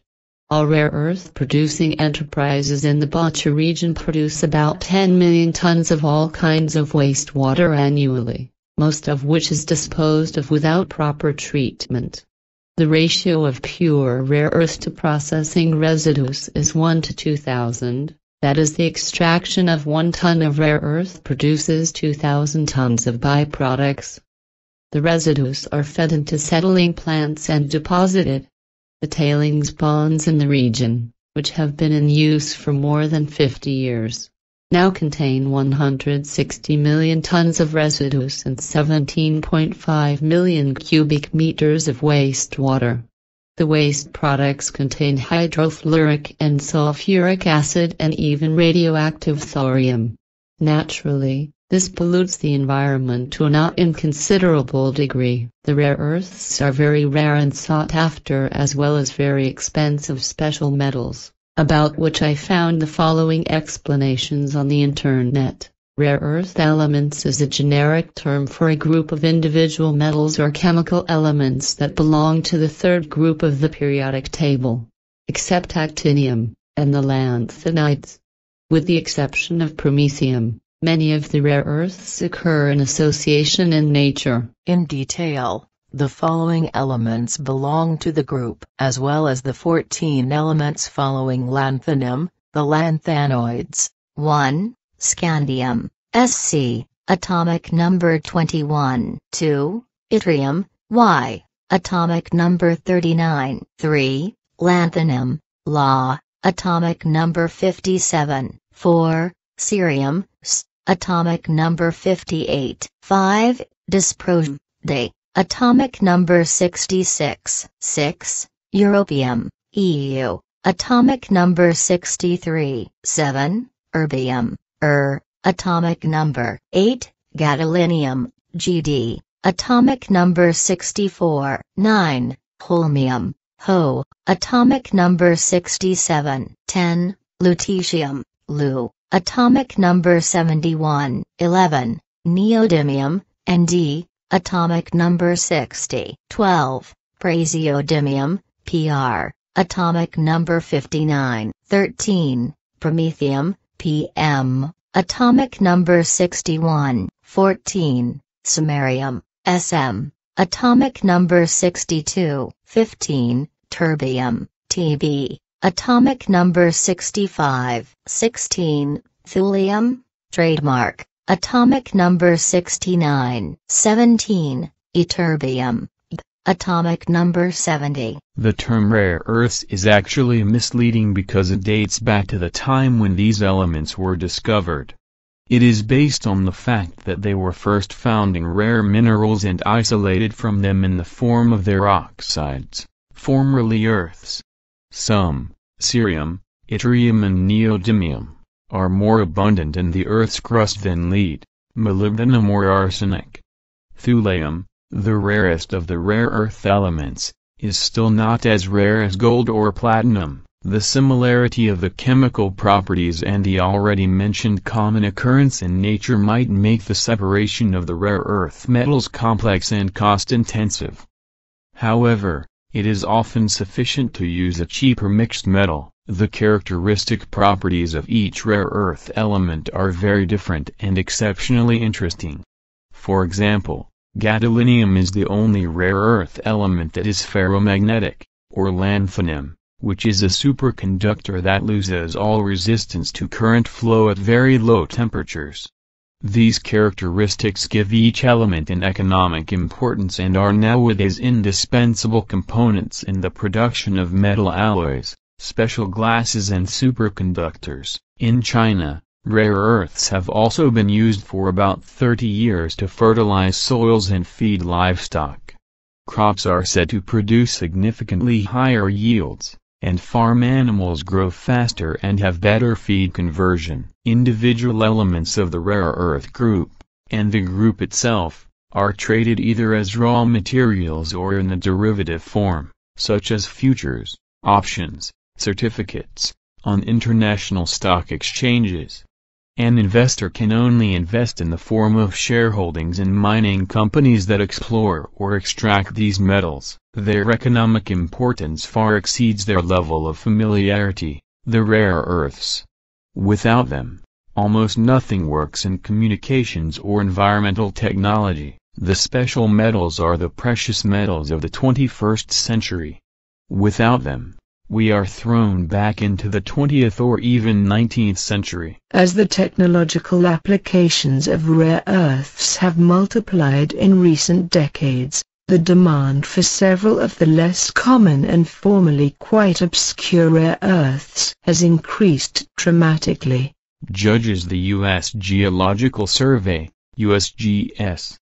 Erbium, for example, increases the performance of fiber optic communication cables. Europium is used as red phosphorus for screens of monitors and televisions and cannot be replaced by any other substance. Rare earths, including cerium, are also used for autocatalysts. The fact that China is the largest producer of rare earths appears to be quite problematic for two reasons. Firstly, because of the danger of economic dependence, and secondly because of the environmental impact of extracting the coveted raw materials. Several studies deal with the environmental and health-damaging effects of the mining of say in the People's Republic of China. A case study commissioned by the German Federal Environmental Agency on the environmental and social impacts of rare earth extraction deals with the mining situation in Bayan Obo.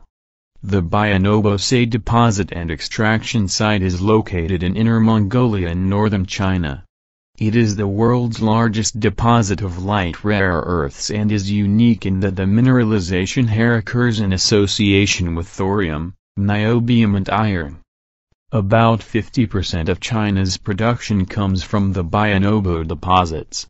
What applies to this deposit can also be applied to most other mining areas in China. The study cites worrying impacts and effects on the environment. The employees of the mines also have to deal with health consequences in some cases. 3. Dry laundry on the line instead of in the tumbler. The fact is, drying laundry on the line is not possible, especially in cities and large villages, because the necessary space for hanging laundry is not available.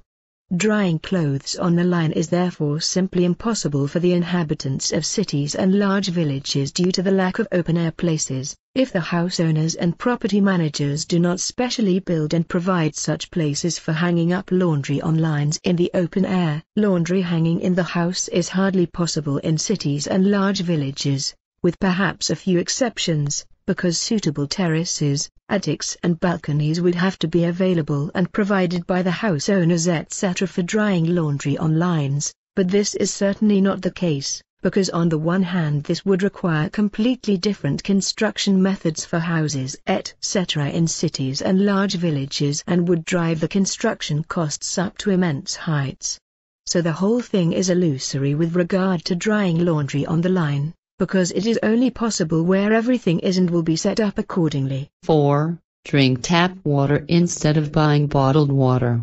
The fact is, countless human beings of the ever more overflowing overpopulation find it absolutely impossible to get drinking water from any taps, whereby the reasons for this are so very diverse that they can probably not be enumerated.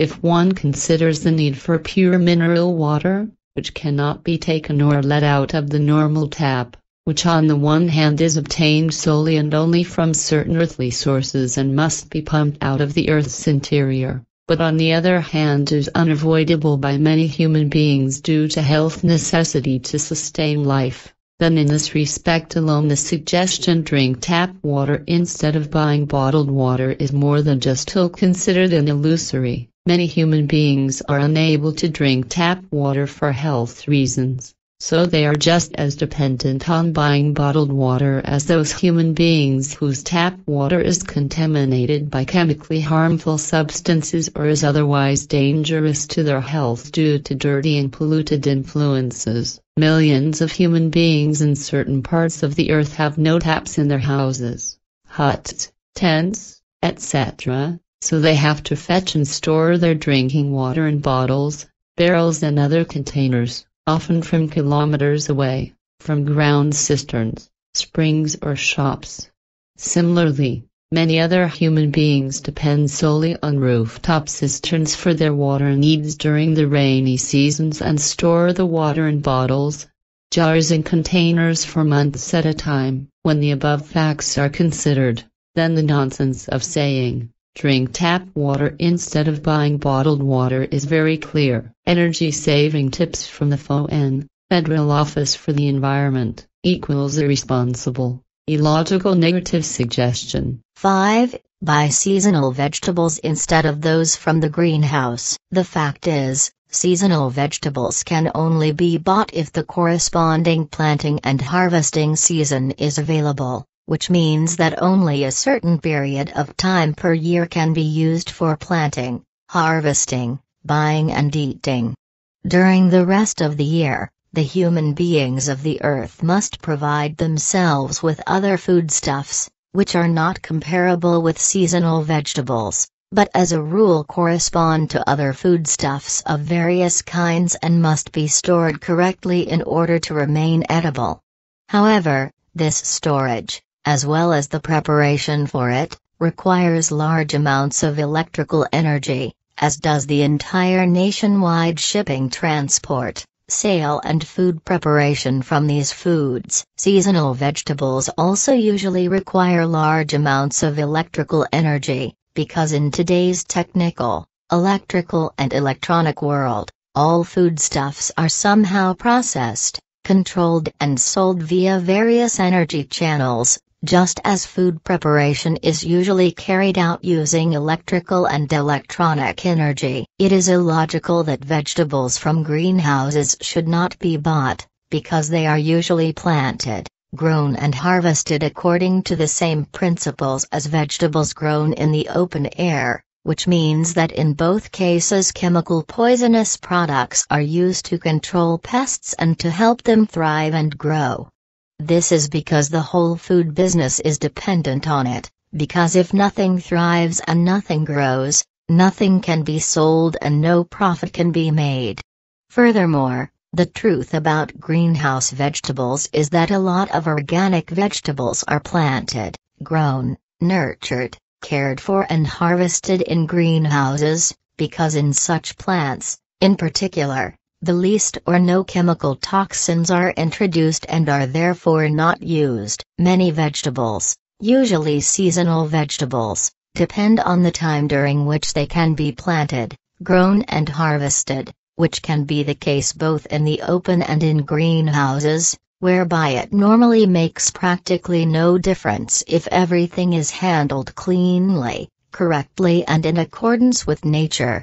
It is important to note that especially in organic vegetables grown in greenhouses and cultivated and harvested without chemical toxins, there are far fewer traces of toxins than in normal vegetables or organic vegetables grown outdoors and contaminated by wind and weather with tiny chemical toxin particles suspended in the atmosphere. And this is specifically the case because the tiny chemical poison particles suspended in the atmosphere get into the vegetable plants driven by the wind and are absorbed by the vegetables, contaminating them. This also happens through the rain, which washes away the countless tiny poisonous particles suspended in the atmosphere, which then rains down on the outdoor vegetables and contaminates them, be they normal or organic vegetables, with the toxins from the atmosphere. And this corresponds to a fact that is vehemently denied by all so-called experts, be it the vegetable growers themselves, or the doctors, professors, other scholars, scroungers and lobbyists, who, for profit, tell deliberately distorted lies, or who are effectively ignorant and gullible ignoramuses, or cunning know-it-alls and fact-twisters, to whom every truth is an abomination and every harm to other human beings a jubilant satisfaction and joy. What you say corresponds to our findings according to extremely precise investigations that we have carried out in many places on Earth on diverse outdoor vegetable varieties that you call normal and organic vegetables. Our very precise investigations have produced findings and results which show that no vegetables, fruits, herbs and fruit are free of chemical toxins in all open-air vegetable, fruit and fruit cultivations. This is because everything is contaminated with toxic substances by wind and rain as a result of the fact that the poisons are irresponsibly spread into nature all over the world and consequently also spread in the atmosphere in the tiniest particles. These are then spread by the winds and washed out again by rain. which then rains down on all foodstuffs of every kind that are planted outdoors. Of course, the chemical poisons are further diluted in their mass by wind and rain, but not to such an extent that they become harmless and to such an extent that there is no longer any toxic influence on the free-range food. So our research results indicate that in all earthly normal and organic vegetable, herb, fruit and fruit-growing areas there are no toxin-free food products to be found, both in relation to all food cultivation, normal and organic, and so given whether the cultivation of the food is commercial or purely private. Although the amounts of toxins in natural foods, both normal and organic, vary worldwide and from one growing area to another, our research has shown that no natural foods in the world are free of toxic inclusions and are therefore more or less harmful to health. This is because even the smallest and tiniest amounts of toxins of any kind in food, grown in the open or in greenhouses, as well as in otherwise produced food, always affect the health of human beings and cause suffering and illness, even incurability. This is clear to me and I am aware of it, consequent to the fact that the determinations of the health authorities, researchers, scientists and other people responsible for food with their claims that certain minimal amounts of toxins in food are harmless to human beings are brand black lies. Any chemical poison, as well as any organic toxin, even in minimal quantities, even if it is really extremely small, is in any case harmful to health and sooner or later causes suffering and illness. If, however, other claims are made, such as that certain low limits are tolerable and therefore not harmful to health, then this does not simply correspond to an untruth, but to a malicious lie and seduction by which entire populations are deceived, seduced into taking toxins and deliberately driven into suffering and disease. We have talked about this before, and also in the sense that behind all this is the commercialism of the producers and the trade, as well as all the lies and deceit of those researchers, scientists and officials of administrative and health authorities who are bribed for their lying and advocacy of poisons, etc., and thereby enrich themselves financially.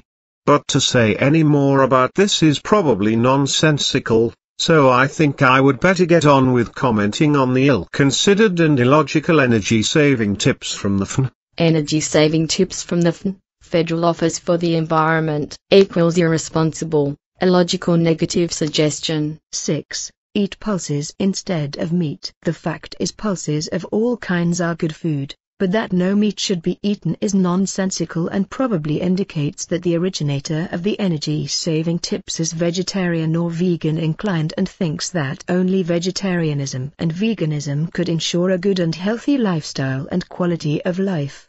However, as a result of wrong views and delusions, it has been completely misunderstood and forgotten that, from a purely evolutionary point of view, the metabolism of human beings, or rather their metabolism, from a biological point of view, is fundamentally geared towards utilizing all possible and poison-free food.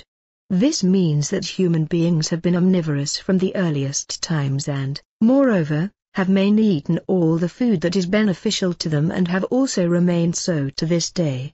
Consequently, it is also unfair to denigrate or prohibit the human beings from eating meat, no matter in what way, if it is not vital for one or the other for health reasons. Effective fact, reality and truth is that, from an anatomical point of view, modern human beings, according to the course of their hominization and thus as Homo sapiens, were or are by nature neither a pure carnivore nor a pure herbivore, nor a pure fruit eater or fructivore, for they were basically omnivores from the very beginning of their first existence. Against all the views, questions, opinions, conceits, theses, assertions, suppositions and folly raised by earthlings since time immemorial and also in the present day with regard to whether and that earthling man is an omnivore, carnivore or pure herbivore or vegan or vegetarian, Svath taught me in a clear and distinct manner. So I learned that the metabolism of the human beings of the earth was fundamentally geared to omnivorousness and thus to all good food for health, just like that of the Plejaran. In addition, the doctrine was that with regard to human food, everything non-toxic was useful and could be enjoyed if it tasted good to the human beings. Thus, since the emergence of human beings, everything was considered food, such as meat, all fruits and grains, all fruits and berries, as well as fish and other water creatures, all feathered creatures, all herbs, grasses, all creepers, snails, amphibians and everything that tasted good and served as food. The fact that anatomical differences result from the eating behavior of human beings, whereby such behavior can appear as a result of suffering and illness, but especially as a result of delusions through which human beings mutate into pure carnivores or herbivores and thus cheat their metabolism, which is geared to omnivorousness, shows itself unnaturally, especially differently in the chewing and digestion of food. The earthlings, like the Plejarin, are omnivores by nature and thus since ancient times and not pure herbivores, consequently they differ fundamentally on the one hand from carnivorous predators and on the other hand from pure herbivores, such as deer and cattle etc., but as omnivores they have something in common with domestic pigs, which as a domesticated form of the wild boar eat both animal and vegetable food and are thus also omnivores. Sforth explained that human beings are omnivores and therefore not carnivores only, who, contrary to the established opinion of vegetarians and vegans, can also live without animal products under certain circumstances. If the physique and teeth of an omnivorous, herbivorous or carnivorous human being are examined, then the teeth in particular stand out. For example, those of a human being who feeds only on meat are elongated, sharp and pointed. The reason for this, Sforth explained, is that the meat-eater has to tear the meat and move his teeth up and down to grind his food.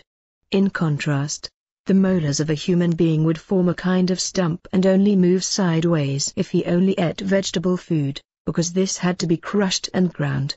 In the case of omnivorous human beings, on the other hand, their teeth are half-pointed, half-sharp and half-stumpy and move up and down as well as sideways, thus tearing, crushing the food. These facts now presented should probably be enough to have also put eating pulses instead of meat in the correct light and to say that this buffoon tip is also completely ill-considered and ignorant. And that brings me to the seventh tip. Energy-saving tips from the Federal Office for the Environment equals unthinking, a logical negative suggestion. 7. Take the train instead of the plane. The fact is, traveling from one place to another by train instead of by plane is all well and good if this is possible and if conditions permit, but it is really only possible if the distances to be covered are not too far and not too inconvenient so that a destination can still be reached in a reasonable time.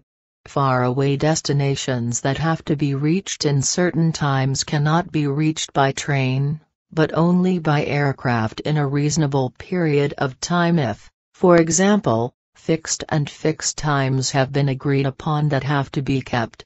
Nowadays, keeping fixed and agreed times is dependent on a lot of money, because throughout it is always said, time is money. Traveling by train is all well and good when it involves holidays, etc., where time plays no or at least little role. However, when it comes to train journeys to reach workplaces, the time dependency begins again, as does the problem of overcrowded trains, and especially reaching a station that is still in operation, which are becoming increasingly rare because more and more are being decommissioned as a result of austerity measures.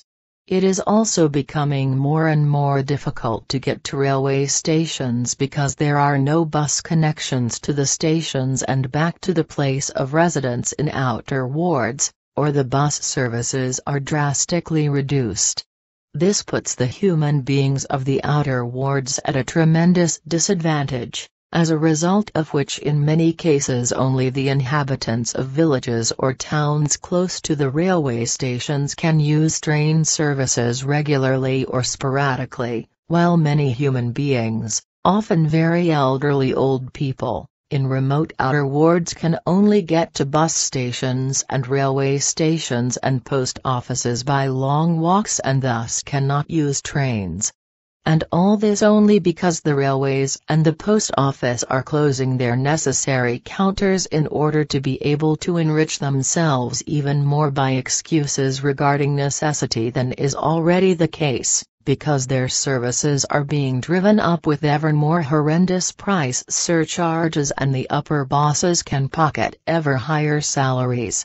And the problem mentioned, that neither a train journey nor a bus journey to a railway station, to a post office or anywhere else, nor a flight with an aeroplane to somewhere else is possible, because it is simply impossible and the infrastructure destroyed by the railway administrators themselves does not allow this, among other problems, is quite obviously not known to the FON. As a result of which it also propagates nothing more and nothing less than an ill-considered, stupid and senseless proposal into the world.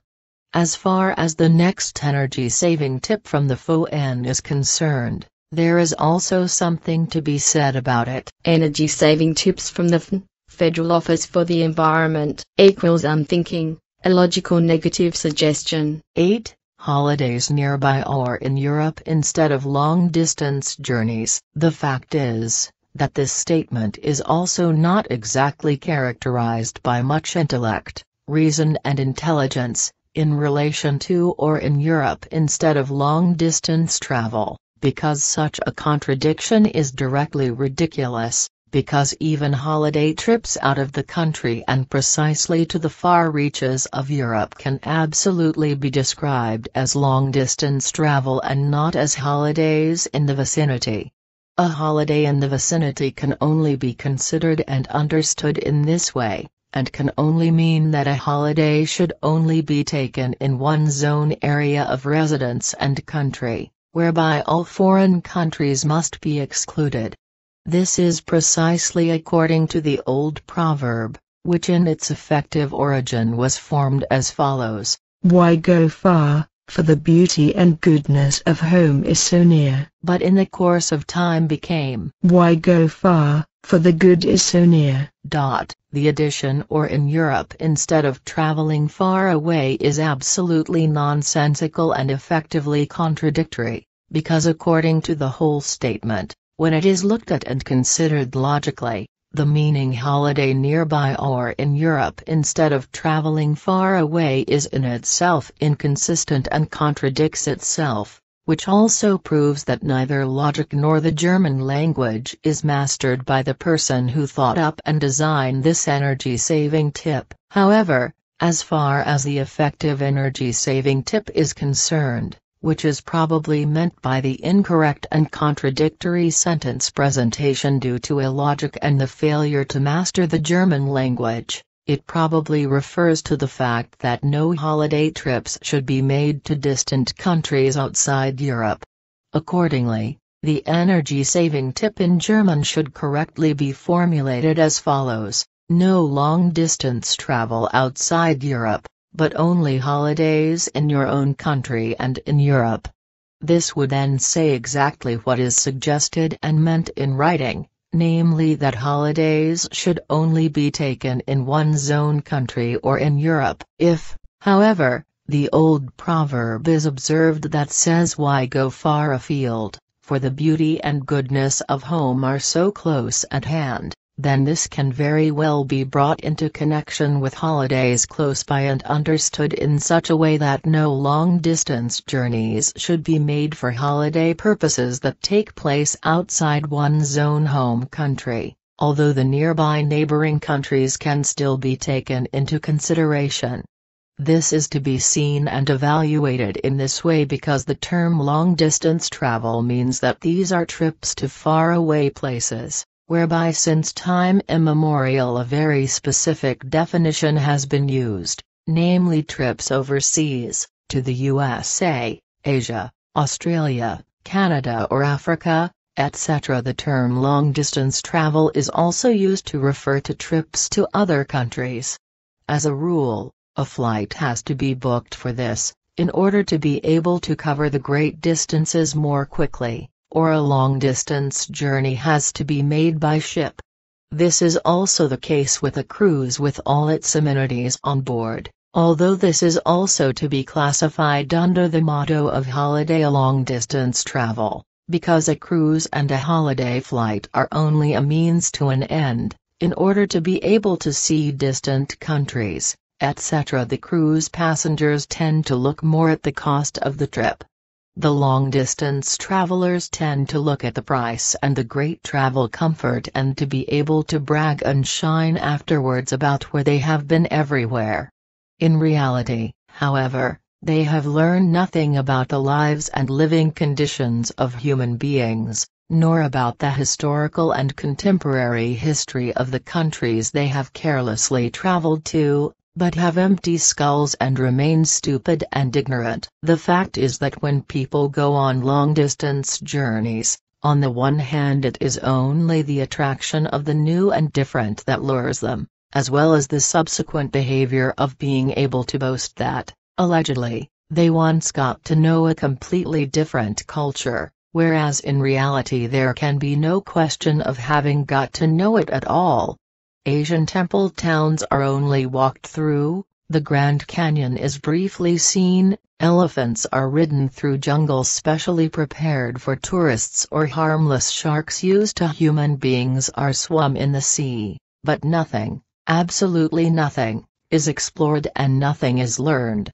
This is in contrast to experienced globetrotters and individual long-distance travelers who spend years traveling all over the world, either professionally or on their own initiative, who also work in the exotic countries, explore everything as a result of their interest and learn a great deal in the process. In the end, however, it is also necessary to take into account, when talking about long-distance journeys that should not be made due to energy saving, that holiday trips to European countries further away than just those bordering the home country, holidays in the vicinity, must also be mentioned as long-distance journeys and destinations, because these can only be reached in a profitable time by plane, for example England, Spain, Portugal, Belgium, Holland, Sweden, Denmark, Poland and Greece,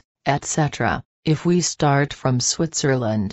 Consequently, the energy-saving tip holiday nearby or in Europe instead of long-distance travel is completely contradictory to this. Energy-saving tips from the Federal Office for the Environment equals irresponsible, illogical negative suggestion. 9. Take the train to work instead of the car. The fact is, in today's world, this tip is completely at odds with the effective ways of reaching places of work, because on the one hand, the mass of overpopulation forces the working class, which is diversely active in many professions, to accept and perform work where it is offered to them. And on the other hand, for many reasons in this respect, it is the case today that many workers can only reach their place of work by roads and paths because they cannot be reached by public transport, but only by private vehicles. This is because, on the one hand, there is neither a train nor public transport to the place of work, or because the journey to the place of work and, of course, the journey home is either complicated due to multiple changes, or takes far too long due to time consumption. By train and public transport, 1.5 hours to work and the same amount of time to get home may be just about acceptable, but if both times for the outward and return journey are longer, as is the case with 2-3 hours in total, then the whole thing may no longer be reasonable. Therefore, if a car makes it possible to reach the place of work as well as after work and also the journey home in a time that does not take 2-3 hours in total by car, but only 15-30 minutes or perhaps 45 minutes to an hour, then this is probably much more reasonable than using the train and a means of public transport. The railway and public transport can be used by people who only travel from place to place, from place to city or from city to city and who have their workplaces there and also good rail connections and additional public connections. For all those employees, however, who have other, difficult and time-consuming ways to work, if they had to use the train and public transport, Such a time-consuming undertaking is effectively unreasonable, because it has harmful consequences for health, such as stress, constant tiredness and irritability, sleep and psychological disorders, which ultimately degenerate and lead to dissatisfaction and other ills. Many human beings have no choice but to be away from home for the whole of their weekly working hours and to rent a room elsewhere because their place of work is too far away to reach in a reasonable time, and then also to manage the journey home. And in this respect I speak from experience, because my father and I also had to rent rooms at the place of work, because the journey to the place of work was just as long at 3 hours as the 3 hours it would have taken to drive home again. So the stupid suggestion take the train to work instead of the car does not work, even if no car is used to get to work. The office scummies who create such nonsense suggestions have no idea whatsoever about real reality and its truth. Their crazy ideas, which are actually delusions, are absolutely unrealistic, and they have no idea whatsoever of the urban-rural conflict that exists as a result of the social injustices in the country, not only in politics, but also with regard to the fact that, on the one hand, for the village and city populations, the journeys to work and home can be better managed by public transport, precisely by train and bus, than is possible for the rural population. This alone creates an unbridgeable gap between workers in the countryside who have to deal with completely different conditions to reach their places of work than those who live in villages and cities and can make use of good train connections and other means of public transport. If the whole thing is analyzed from a broader perspective, social injustice also shows that the rural population, who have to travel to work by car and back home at the end of the working day, have many disadvantages compared to the village and city dwellers who can use the train and public transport. Villagers and city dwellers can sit quietly on the train or bus, while away the time on the road, or use it for any personal activities, and they do not have to worry about driving and riding a vehicle, nor about traffic rules, nor about the safety of road and street users. Villagers and city dwellers also drive cheaper with their tickets and season tickets than the rural population, who have to pay high petrol and oil prices for their cars, as well as service, maintenance and repair costs, insurance and road tolls, etc., because they are dependent on private vehicles or private cars. The village-urban-rural conflict is to be reconsidered in more than just a simple way in this respect alone, because in addition to the ill-considered matter of taking the train to work instead of the car, there are other things that actually have nothing to do with it, but which I nevertheless want to address, because these also have to be considered. For example, with regard to the completely false opinion of certain parties that the villages and towns have to bear the burden of the city center, whereby the rural population would be supported and could benefit because they would have to be financially supported by the villages and towns. This is, of course, nonsense, because the rural population can very well finance itself and is also less susceptible to debt than the cities and the state, especially with regard to its administrative areas, which are constantly indebting their coffers, especially the cantonal coffers and state coffers. This is because more and more is spent than is collected in taxes, etc., and consequently more and more debts are incurred because those responsible in the cantons and the government are incapable of financial management. On the other hand, these debt-makers assume that it is all the same to them if the state gets more and more into debt, because it is not their personal deficits that are being made, but those of the state, and that is none of their business. In their unconscionability, they do not care that they are personally contributing to the growing mountain of national debt. So they also do not think about the fact, because they do not care, that on the one hand, in their lousy and irresponsible work ethic and way of acting, they are driving the state into ever higher debts with their financial profligacy, instead of reducing existing debts and creating a debt-free state. And they do this, On the one hand, according to the idiotic delusions of those who, in their stupidity, claim that a state is only a good state if it has debts, because this boosts the entire economy, etc. On the other hand, all these irresponsible elements, in their lousy work ethic and way of acting, still have the cheek to rob the state and thus the taxpayers by collecting high salaries for their criminal activities, which they do not really earn in any way, but effectively scam with their anti-state and debt-increasing machinations. And against these elements, who damage the state, the people and the homeland by incurring debts and by making wrong decisions, etc., all those righteous rulers and state administrators who laboriously strive for correct, good and proper financial management and governance have no chance at all. As a result, they toil in vain, because everything they can do and make so good, correct and perfect in their conscientiousness will be made a pig of.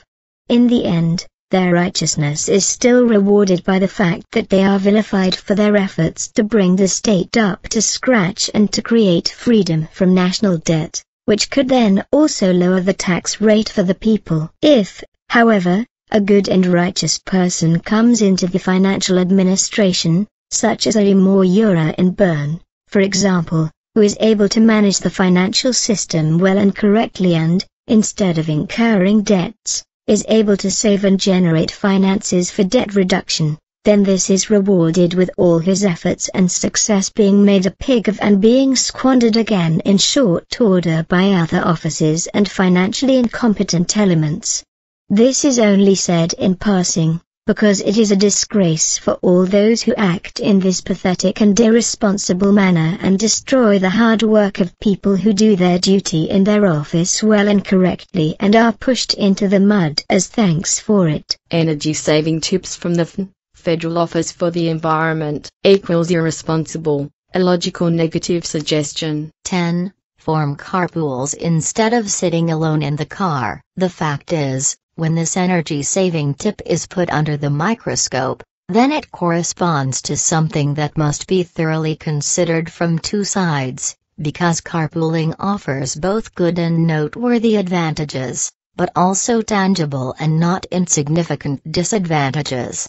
And these must be listed both ways, as well as the fact that the whole thing must also be understood in a completely different way, because I am sure that what the faux tip means by carpooling has fundamentally nothing to do with a carpool, which, in logical terms, clearly expresses the fact that several persons jointly undertake a journey with commercially oriented means of transport. And according to the clear and unambiguous definition of the good German language, such a carpool takes place when several or many persons make a journey as a driving collective or passengers with a larger means of transport, such as a train, long-distance bus, post bus, omnibus or tram, and thus travel to a specific destination or various destinations. However, this has nothing to do with what the faux and falsely and misleadingly means by carpooling, because the faux and personality who created the proposal in writing is quite obviously not sufficiently proficient in German, as is unfortunately also often the case in Germany itself with persons who have to do written public relations work, but who only know Volksdeutsch, but not the sophisticated German language. Well, the buffoon person who does not speak German to a good extent, and I am sure of this, had something quite different in mind when she came up with her idea, namely carpooling, which has nothing to do with commercially run carpools. Carpooling refers solely to the fact that commuters living specifically in peri-urban or urban peripheries, in cities and suburban areas or in rural areas, use carpooling as passengers in the private cars of other car owners. This is usually done for professional reasons, specifically when persons have to travel regularly between two places, to work and then back home, not using carpools and thus not commercially designed public transport for their outward and return journeys, but carpooling in private automobiles, such as cars and private minibuses. There are several things to consider in relation to this, such as the following. 1. Who can use carpooling, and who can use it when? Where is it possible? For what purpose? And which specific or unspecified vehicles or cars can be used? 2. Carpooling may very well be a good idea, but it has nothing to do with carpooling, as has been proven in earlier times when commercial passenger transport was still carried out with horse-drawn carriages, such as hackney carriages, carriages of all kinds, hackney carriages, other one, two and multi-horse carriages, company carriages, landaus, sleighs, chaises and buggies, etc., and is the case today with means of transport of a more modern kind. Even in earlier times, however, it was possible for human beings to be taken in by carpooling, when in a purely private way people could ride on any horse-drawn carriage, for or without payment, as is also still the case today. The whole issue of carpooling is effectively not to be seen from the point of view of carpooling, which was already carried out in the past with commercially run horse-drawn transport, which has long since fallen out of favor and has been replaced in modern times by the railways and buses etc., precisely as an inevitable consequence of technical development. Carpooling in this sense is normal nowadays, although this is not what the FN actually means, but rather carpooling, which is to be understood under the wrong FN designation, although this carpooling is dependent on good and important contacts that first have to be made. Although this should not be too difficult nowadays via the internet. 3. Carpooling can certainly be advocated, precisely in the sense that several persons share a vehicle in order to travel to and reach a certain destination or several destinations together, instead of one or two persons using the car alone while several other seats in the car remain unused. The use of carpooling for regular daily journeys, usually to reach the place of work and back home at the end of the day, together with several persons, has certain advantages, for example fair sharing of transport costs or petrol costs. Depending on the case and the agreement, it may also be possible to negotiate driver facilitation. For example, if the driving and steering of the car is alternately handled by the owner person and then by the carpool users, perhaps a different person every day or every week.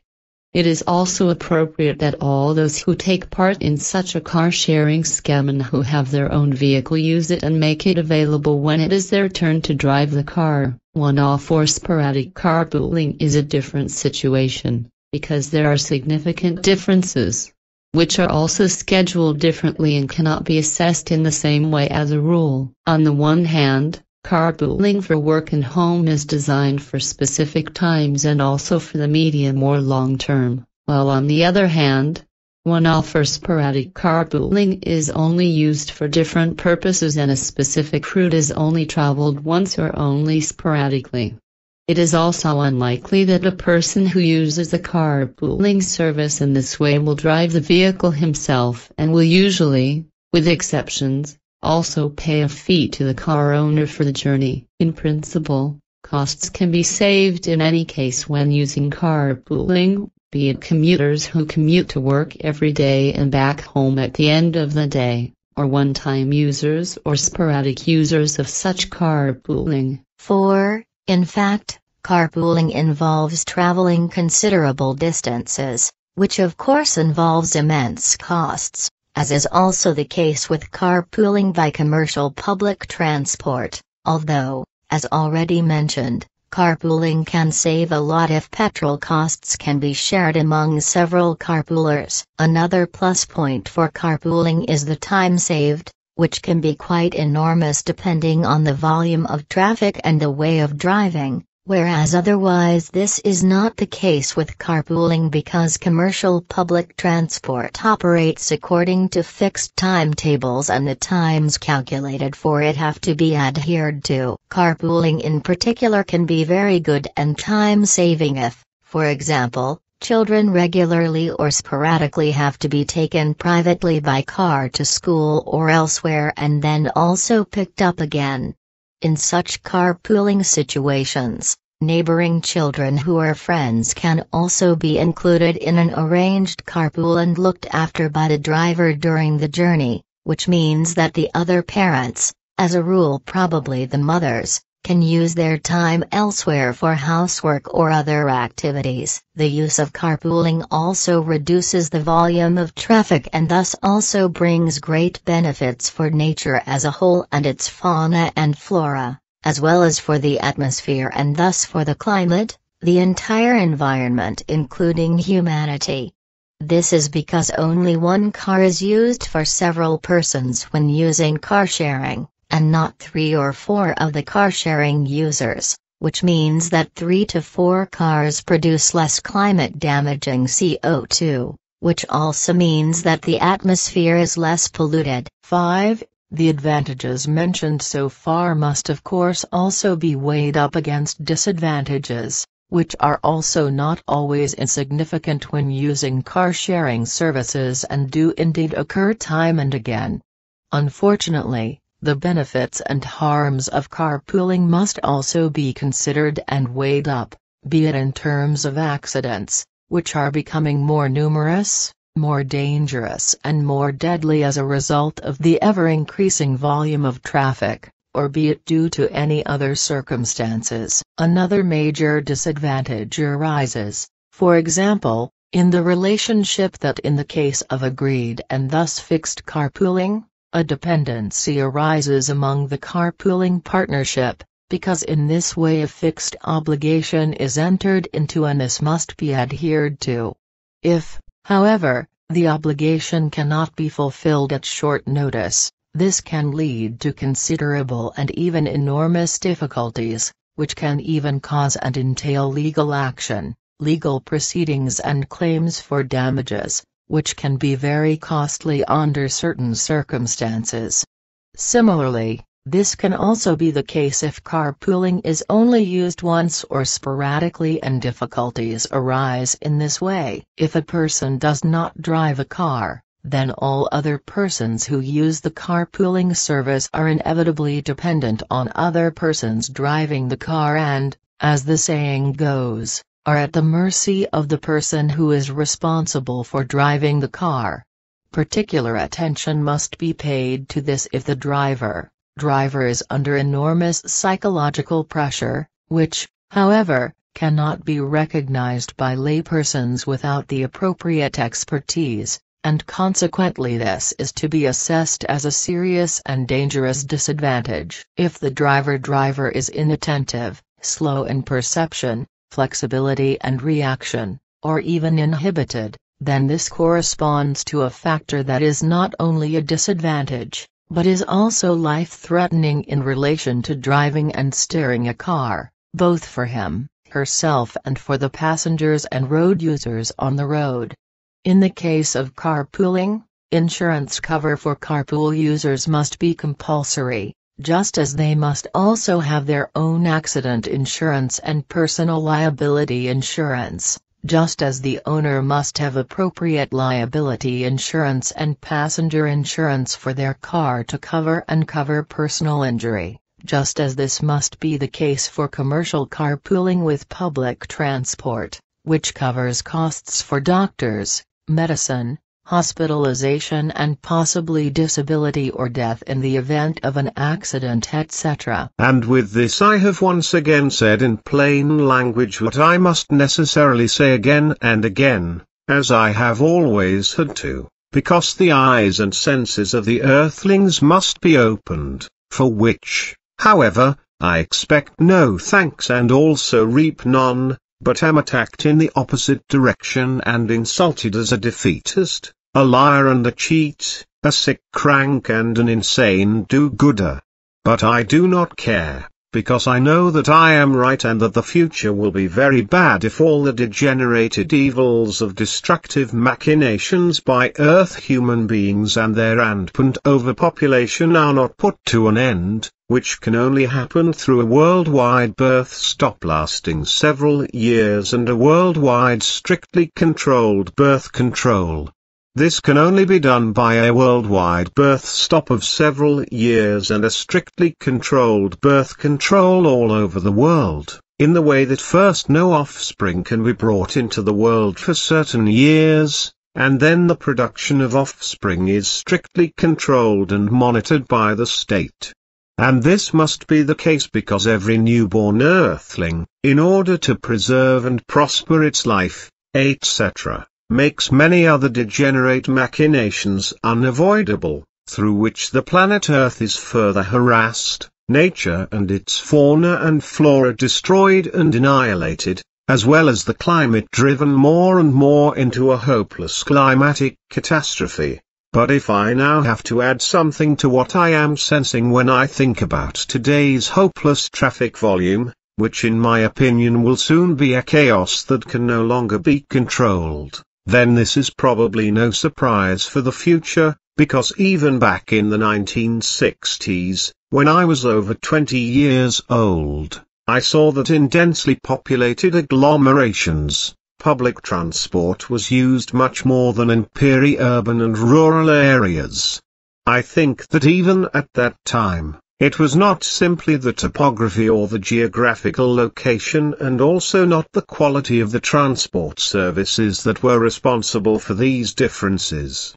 In my opinion, the mentality and human preferences played a role then, and also play a role today, on the one hand, or rather the certain preferences, pronounced inclinations and behaviors of the human beings. If we look at the choice of means of transport, I already observed back then, when I was still working in Zurich and Bern, that there were big differences in this respect. I was also able to observe again and again in those years that, depending on the time of year and in the course of technical progress, great differences in the use of vehicles and machines came to light, as did enormous differences in this respect as a result of the wages of the employees.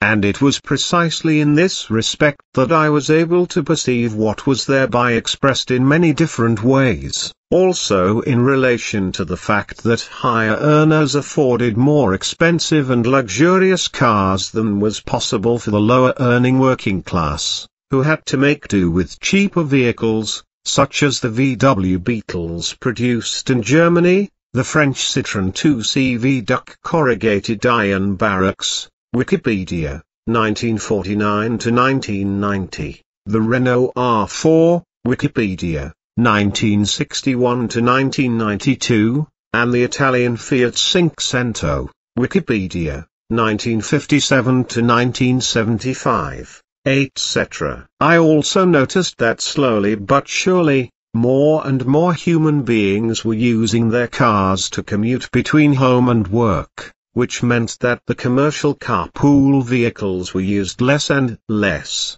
This was due to the fact that the working class had more and more money at their disposal, on the one hand due to debt and on the other hand due to rising wages, and as a result they were able to buy their own cars, which they used for self-driving to and from their place of work. This, in addition to the fact that they were also used in leisure time and at weekends, meant that the rapidly increasing number of car owners had less and less need for commercial carpool transport, especially the inhabitants of suburban and urban catchment areas, as well as villages and extensive rural areas, who acquired more and more private vehicles and thus became self-mobile and independent of all commercial carpools. Since then, however, this has led to degeneracy up to the present day, because more and more private cars have come onto the roads, which nowadays produce traffic avalanches in excess and constantly clog up all traffic routes more and more, causing many kilometer-long traffic jams, which already lead to time losses that not infrequently cause great financial damage and sometimes even cost human lives. And the fact that thousands upon thousands of tons of CO2 are emitted into the atmosphere, poisoning it more and more and causing suffering and illness among human beings, is of no concern to anyone, nor is the fact that these greenhouse gases are also destroying the climate more and will one day lead to climate collapse. Energy saving tips from the Federal Office for the Environment equals unthinking, illogical negative proposal. 11. Drive an electric car instead of a petrol car. The fact is, this energy-saving tip idea was also not exactly thought up with reason, rationality or even great intelligence, if only because the whole thing was not considered more than superficially and illogically. The whole thing has neither been researched nor thought through logically, as is unfortunately the case with the majority of the population, as well as with the majority of the government, researchers, scientists and climate protection commissioners, etc., because they all only see everything superficially and judge it laxly, as they are also not interested in getting to the bottom of the crux of the matter. If we start by looking at the basic factor of electrical energy demand, which on the one hand has been in short supply in all countries of the earth for many decades, and on the other hand cannot be produced in sufficient and necessary quantities even with the dangerous nuclear power plants and all kinds of renewable energies, such as wind and water turbines, tidal energy and biogas energy, as well as through geothermal energy generation and solar collectors, etc., then we have to look at the fact that the energy demand of the Earth is not sufficient, cannot be produced in sufficient and necessary quantities to supply the huge mass of the already approximately 9 billion earthly overpopulation with the necessary electrical energy.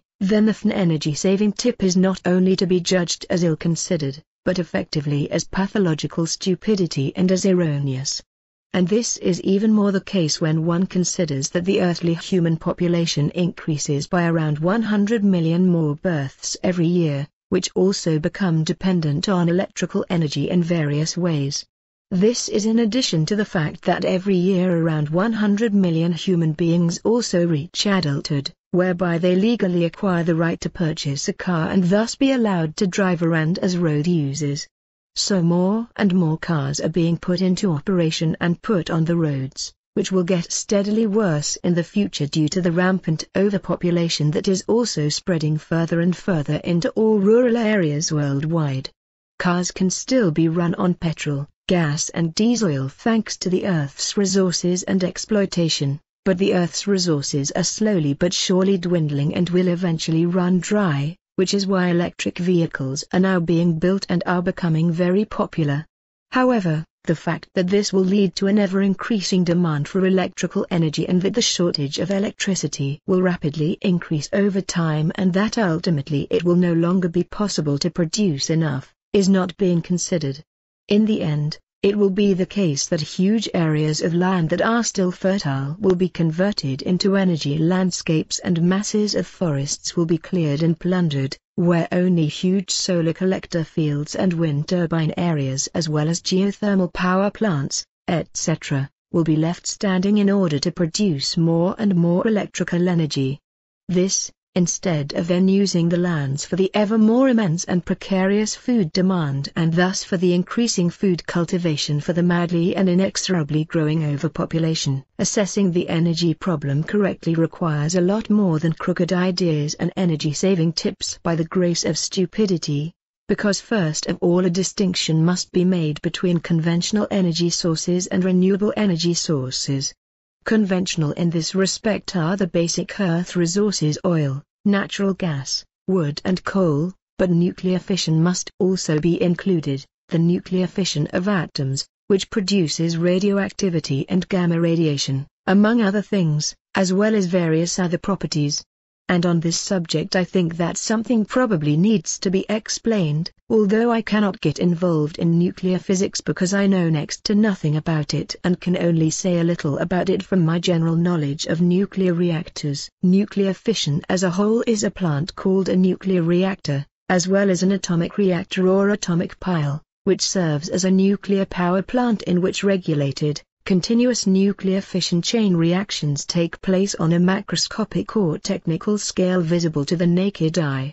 This nuclear fission, in turn, is used to generate electrical energy or to produce certain radioactive substances, up to and including the substances needed for atomic bombs. Nuclear fission, as I understand it as a non-physicist, is a special form of nuclear transformation that takes place by bombarding a heavy atomic nucleus with neutrons, which forces it to split into two medium-heavy atomic nuclei, whereby neutrons are also released and give off energy, and this is called nuclear energy. So it can be said, if I understand the whole thing correctly and interpret it correctly, that the whole thing corresponds to nuclear fission in a special form of nuclear transformation, to which I think I can simply understand the whole process as the transformation of atomic nuclei into new nuclei. But it is interesting to know that there were also natural nuclear reactors on Earth, at least in prehistoric times, because at that time there were various natural nuclear reactions, as I learned from Svuth in relation to the formation of the Earth. It is also to be explained that many high-tech nuclear power reactors or nuclear reactor plants are widespread and used all over the Earth, which enable the fission of uranium or plutonium, which on the one hand generates a lot of heat, from which electrical energy is then usually generated by energy converters, among other things. But describing this would probably go too far, and I am also a layman in this respect and could only explain a little.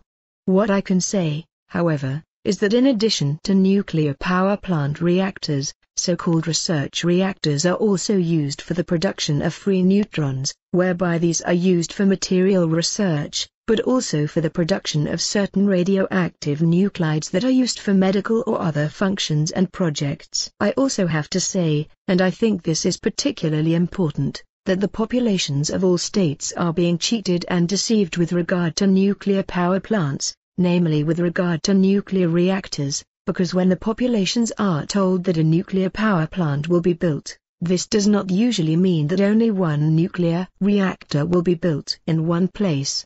The truth is that, as a rule, when such a power plant is built, several nuclear reactors are installed, which means that a single nuclear power plant has several nuclear reactor units equipped with steam generators and turbine sets.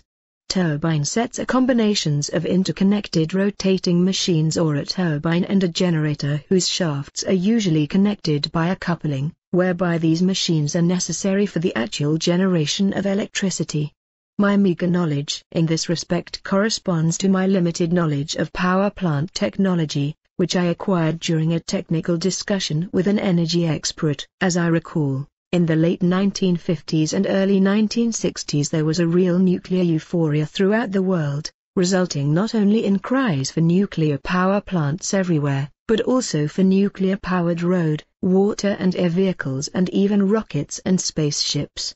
This then led to submarines, aircraft carriers, other large ships, cargo ships and icebreakers as well as space missiles being equipped with nuclear reactor propulsion systems, with the USA, Russia and France being particularly prominent in this respect, followed by practically all other nuclear powers.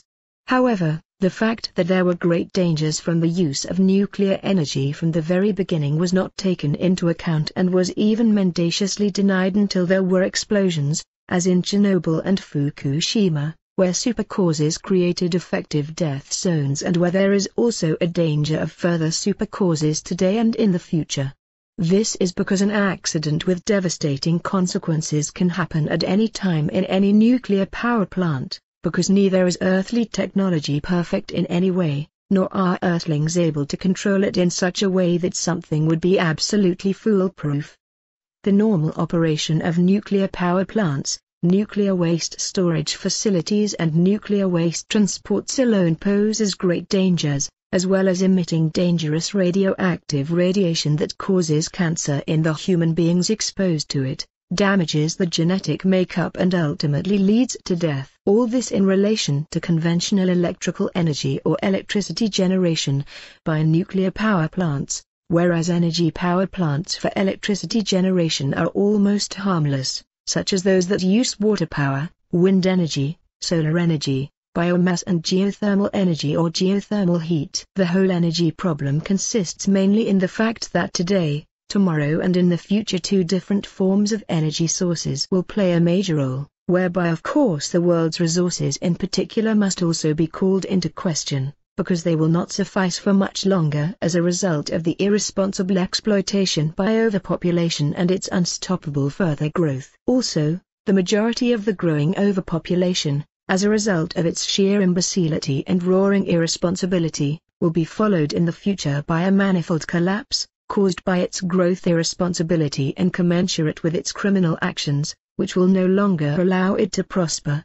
And that the misuse of coal, oil and natural gas, as well as the use of nuclear power for global warming and thus for climate change, will also come into play, even if the whole thing is denied in this respect with regard to nuclear power plants, will be confirmed in a nasty way. If the question is asked as to what will happen in the next 2 to 3 decades with regard to fossil fuels, then even a few logical thoughts reveal facts that are frighteningly related to the worldwide shortage of electricity, which the longer, the less can be remedied.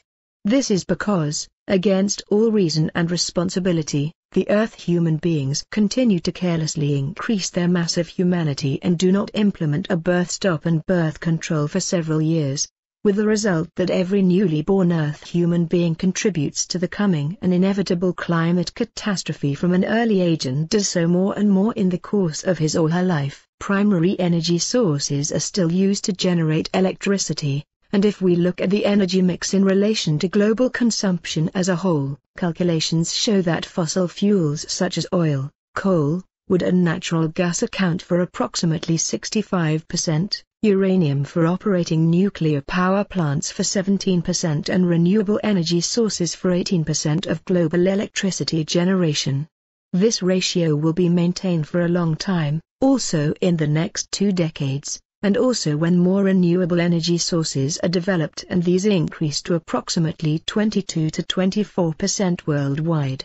Overall, it is mainly the consumption of fossil fuels that will continue to rise, and their extraction and refining will become increasingly precarious, as will the production of electricity and vehicle fuels. If everything is considered further, along with many other factors that cannot be listed because they would fill books, then there is no doubt about the fact that the worldwide energy demand for electricity and in the form of vehicle fuels will continue to increase tremendously within the next 2 to 3 decades as a result of rampant overpopulation, because every newborn Earthling will inevitably be more and more dependent on energy from birth onwards. However, he is already dependent on this in the womb due to various circumstances, which no human being thinks about and consequently does not make any problems about the additional electrical energy demand, which already begins when, after conception, the pregnancy is at least determined and pictorially recorded by ultrasound during the development of the early fetus. And after that, the electrical energy demand increases continuously more and more, depending on how the pregnancy and health etc. of the mother and the fetus progresses up to birth, after which the ever-increasing electrical energy demand of the growing child and then in adulthood increases continuously more. And if this is considered according to the annual mass of newly born Earthlings, as well as those growing up, then even a halfway normal Earthling who is capable of understanding and reasoning can imagine what will ultimately result in the future in terms of electrical energy demand, air, atmosphere and environmental pollution, nature, fauna and flora, as well as the destruction of the planet and the impending climate collapse. And it must also be considered and borne in mind that if the fertile land areas for energy production are built up with wind generators and solar collectors etc. and the food-growing areas are destroyed as a result, hunger will become rampant worldwide and no longer only in special hunger countries, but everywhere.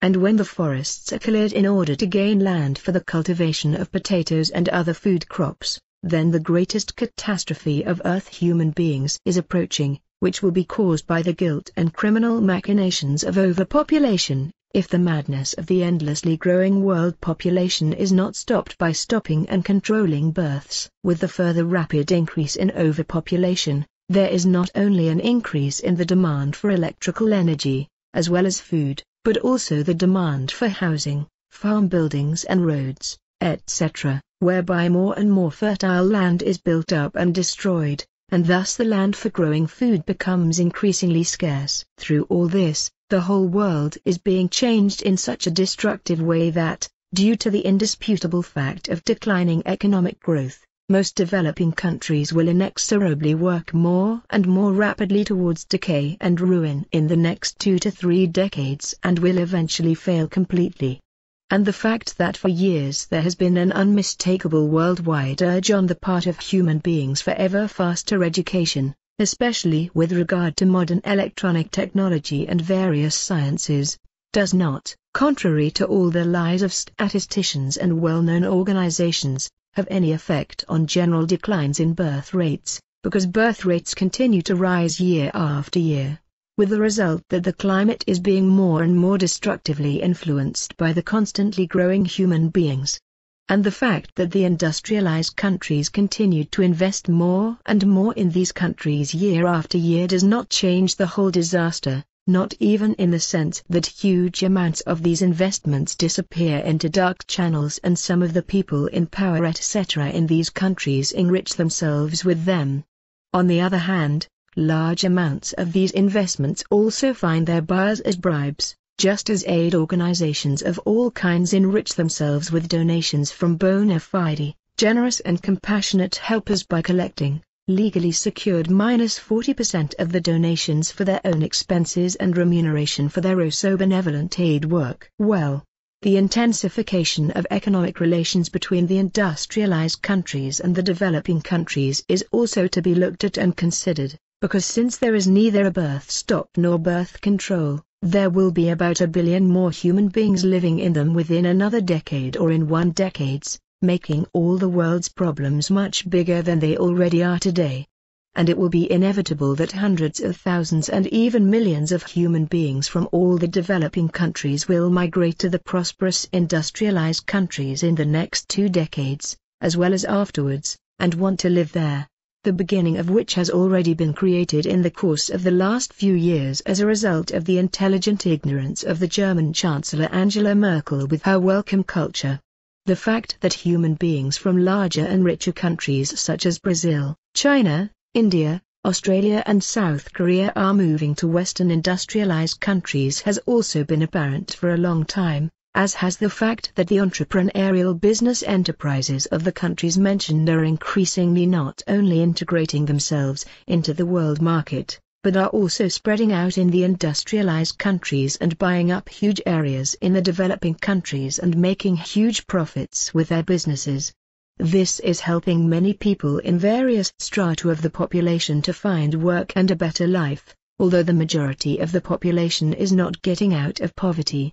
This corresponds to a process by which certain rulers and business people etc. of the developing countries come into contact with like-minded people in wealthy industrialized countries and become filthy rich, from which, however, not the peoples of all countries, but only their economic and state leaders and all other rulers and financial jugglers etc. make profits and ever greater billions.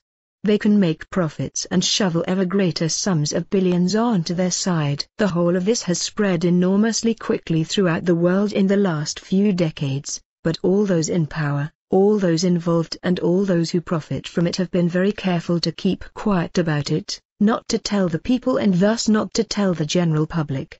The truth, moreover, is, which is of course vehemently disputed and denied and, moreover, neither recognized nor understood by would-be connoisseurs of the whole state of affairs, that the old view of the world, on the one hand with regard to the modern industrialized countries and, on the other hand, with regard to the developing countries, has long since ceased to correspond to the old views and facts.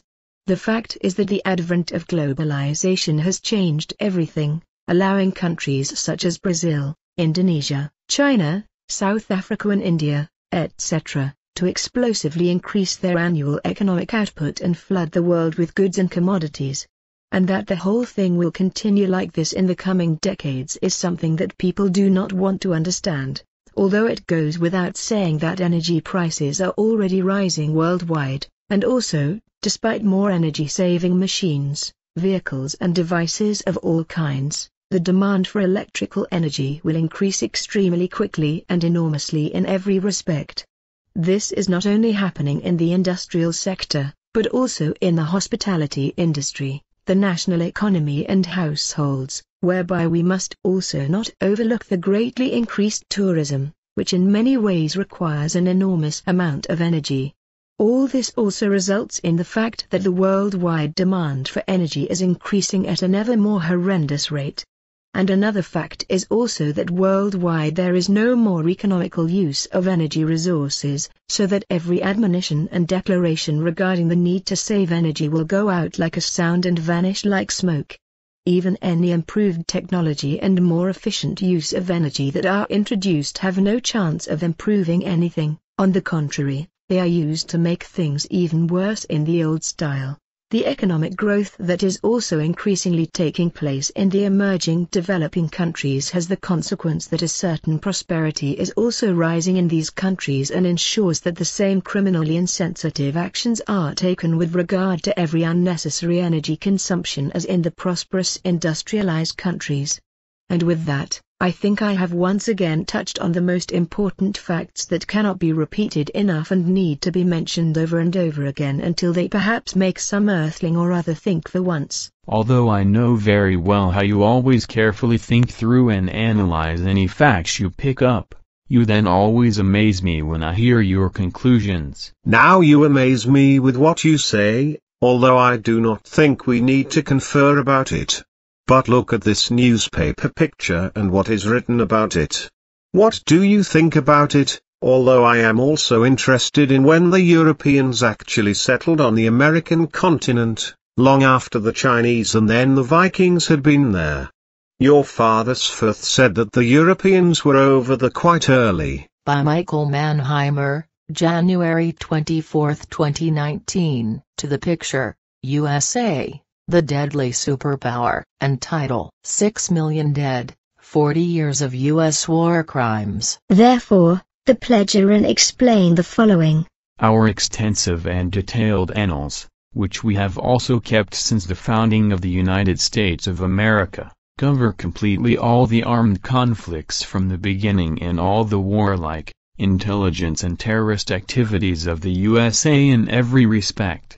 The original settlement by Europeans took place as early as 1430, when the indigenous peoples, the North American Indians, were still alone on the continent, who were then fought for centuries by European immigrants and their descendants and finally almost exterminated, and this was already the case at that time, when between 1430 and 1500 there were about 72 million human beings living on the North American part of the continent, who repeatedly feuded with each other as a result of territorial claims. The indigenous people were descended from their ancestors, the first human beings, whom you also call primitive human beings. These had emerged naturally from this continent itself and therefore did not come from the somewhere else, as the earth anthropologists etc. assume and claim, because so far they have no idea and no proof that the original ancestors of the original inhabitants of this continent emerged from the planet in a natural evolutionary way, almost at the same time as all other Earth human beings who emerged on all continents. So the original inhabitants of North America did not come 10,000 or 12,000 years ago etc. from the present continent of Asia via a land connection where the Bering Strait is today. North and South America were explored by Europeans from 1492 onwards and were also increasingly settled and dominated by them, which of course often led to bloody disputes between them and the indigenous people over land and territories, which often resulted in many deaths among the approximately 72 million human beings, indigenous and European, about which, however, no or only very rarely written records were kept. The whole thing, however, had bad consequences for the old established Indian cultures, because even in early times their territories were partly stolen from them by bloody raids and acts of war. They were also forbidden by the Europeans, who believed in Christianity, to practice their faith in nature through bloody torture or even manslaughter and murder, so that they had to accept the Christian faith of the Europeans through vicious coercion, which allowed Christianity to spread in the country. Furthermore, the Europeans brought with them all kinds of European achievements which were tremendously alien to the natives, frightened them and caused them to fight against them. In addition, the indigenous people were extremely susceptible to diseases introduced by the Europeans, which caused particularly contagious diseases to spread among the Indians over a long period of time, resulting in countless deaths. In particular, they were afflicted with syphilis because the indigenous women were raped by many Europeans suffering from syphilis. The diseases introduced by the Europeans also caused plagues and epidemics, which led to the extinction of large parts of the original population in many areas. So the whole thing we were researching took place in connection with the armies long before the American continent was officially designated by treaty as the United States of America by European immigrants, and so it occurred long before the emergence of the multi-state structure, as it did with regard to all effectively worldwide warfare. Also, our annals cover extremely precisely everything concerning Civil War actions of the USA, as well as worldwide underhanded intelligence actions, interferences and conspiracies, etc. This also includes secret and open military incursions and led and sponsored acts of war into foreign territories and states. I also list all victims down to the last individual who have died since the USA came into being as a result of all the actions mentioned, just as we also meticulously check the population of the Earth down to the last individual and always record the number of the end of the year on 31 December at 00:00 hours. I also do this with regard to various other factors,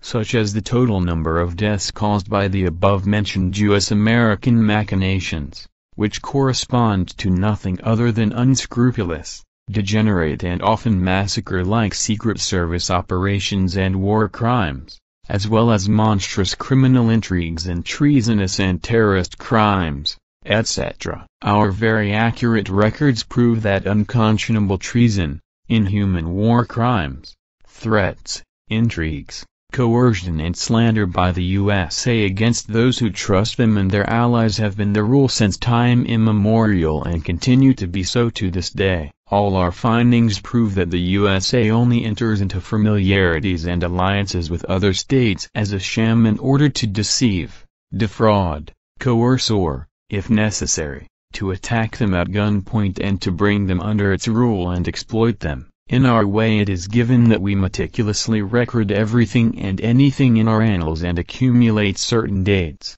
and so we also do this every year with regard to what you asked about. Consequently I can give you the accumulation result of December 31, 2018, which occurred at midnight. It is to be mentioned with a number of about 743 million human beings killed both in the early USA and in the whole American continent, as well as worldwide by the U.S. Secret Services, U.S. military as well as their terror and treason operations etc. This in contrast to Russia, through whose like machinations some 369 million human beings have been killed worldwide since its first coming into existence as a state entity up to midnight on December 31, 2018. But as far as the 6 million people are concerned who are said to have been killed by war actions of the USA in the last 40 years alone, this number is on the one hand very far underestimated and on the other hand cannot be put into relation to the war deaths which have been at the expense of Russia from time immemorial until today,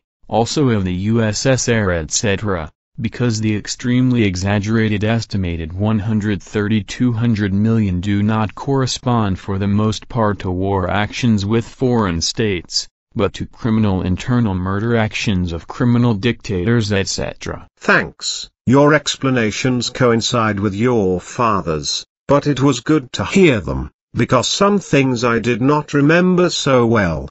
However, if you do not have to go yet, I have something else that should not be discussed officially. I am in no hurry now. Good, thanks. Then the following ...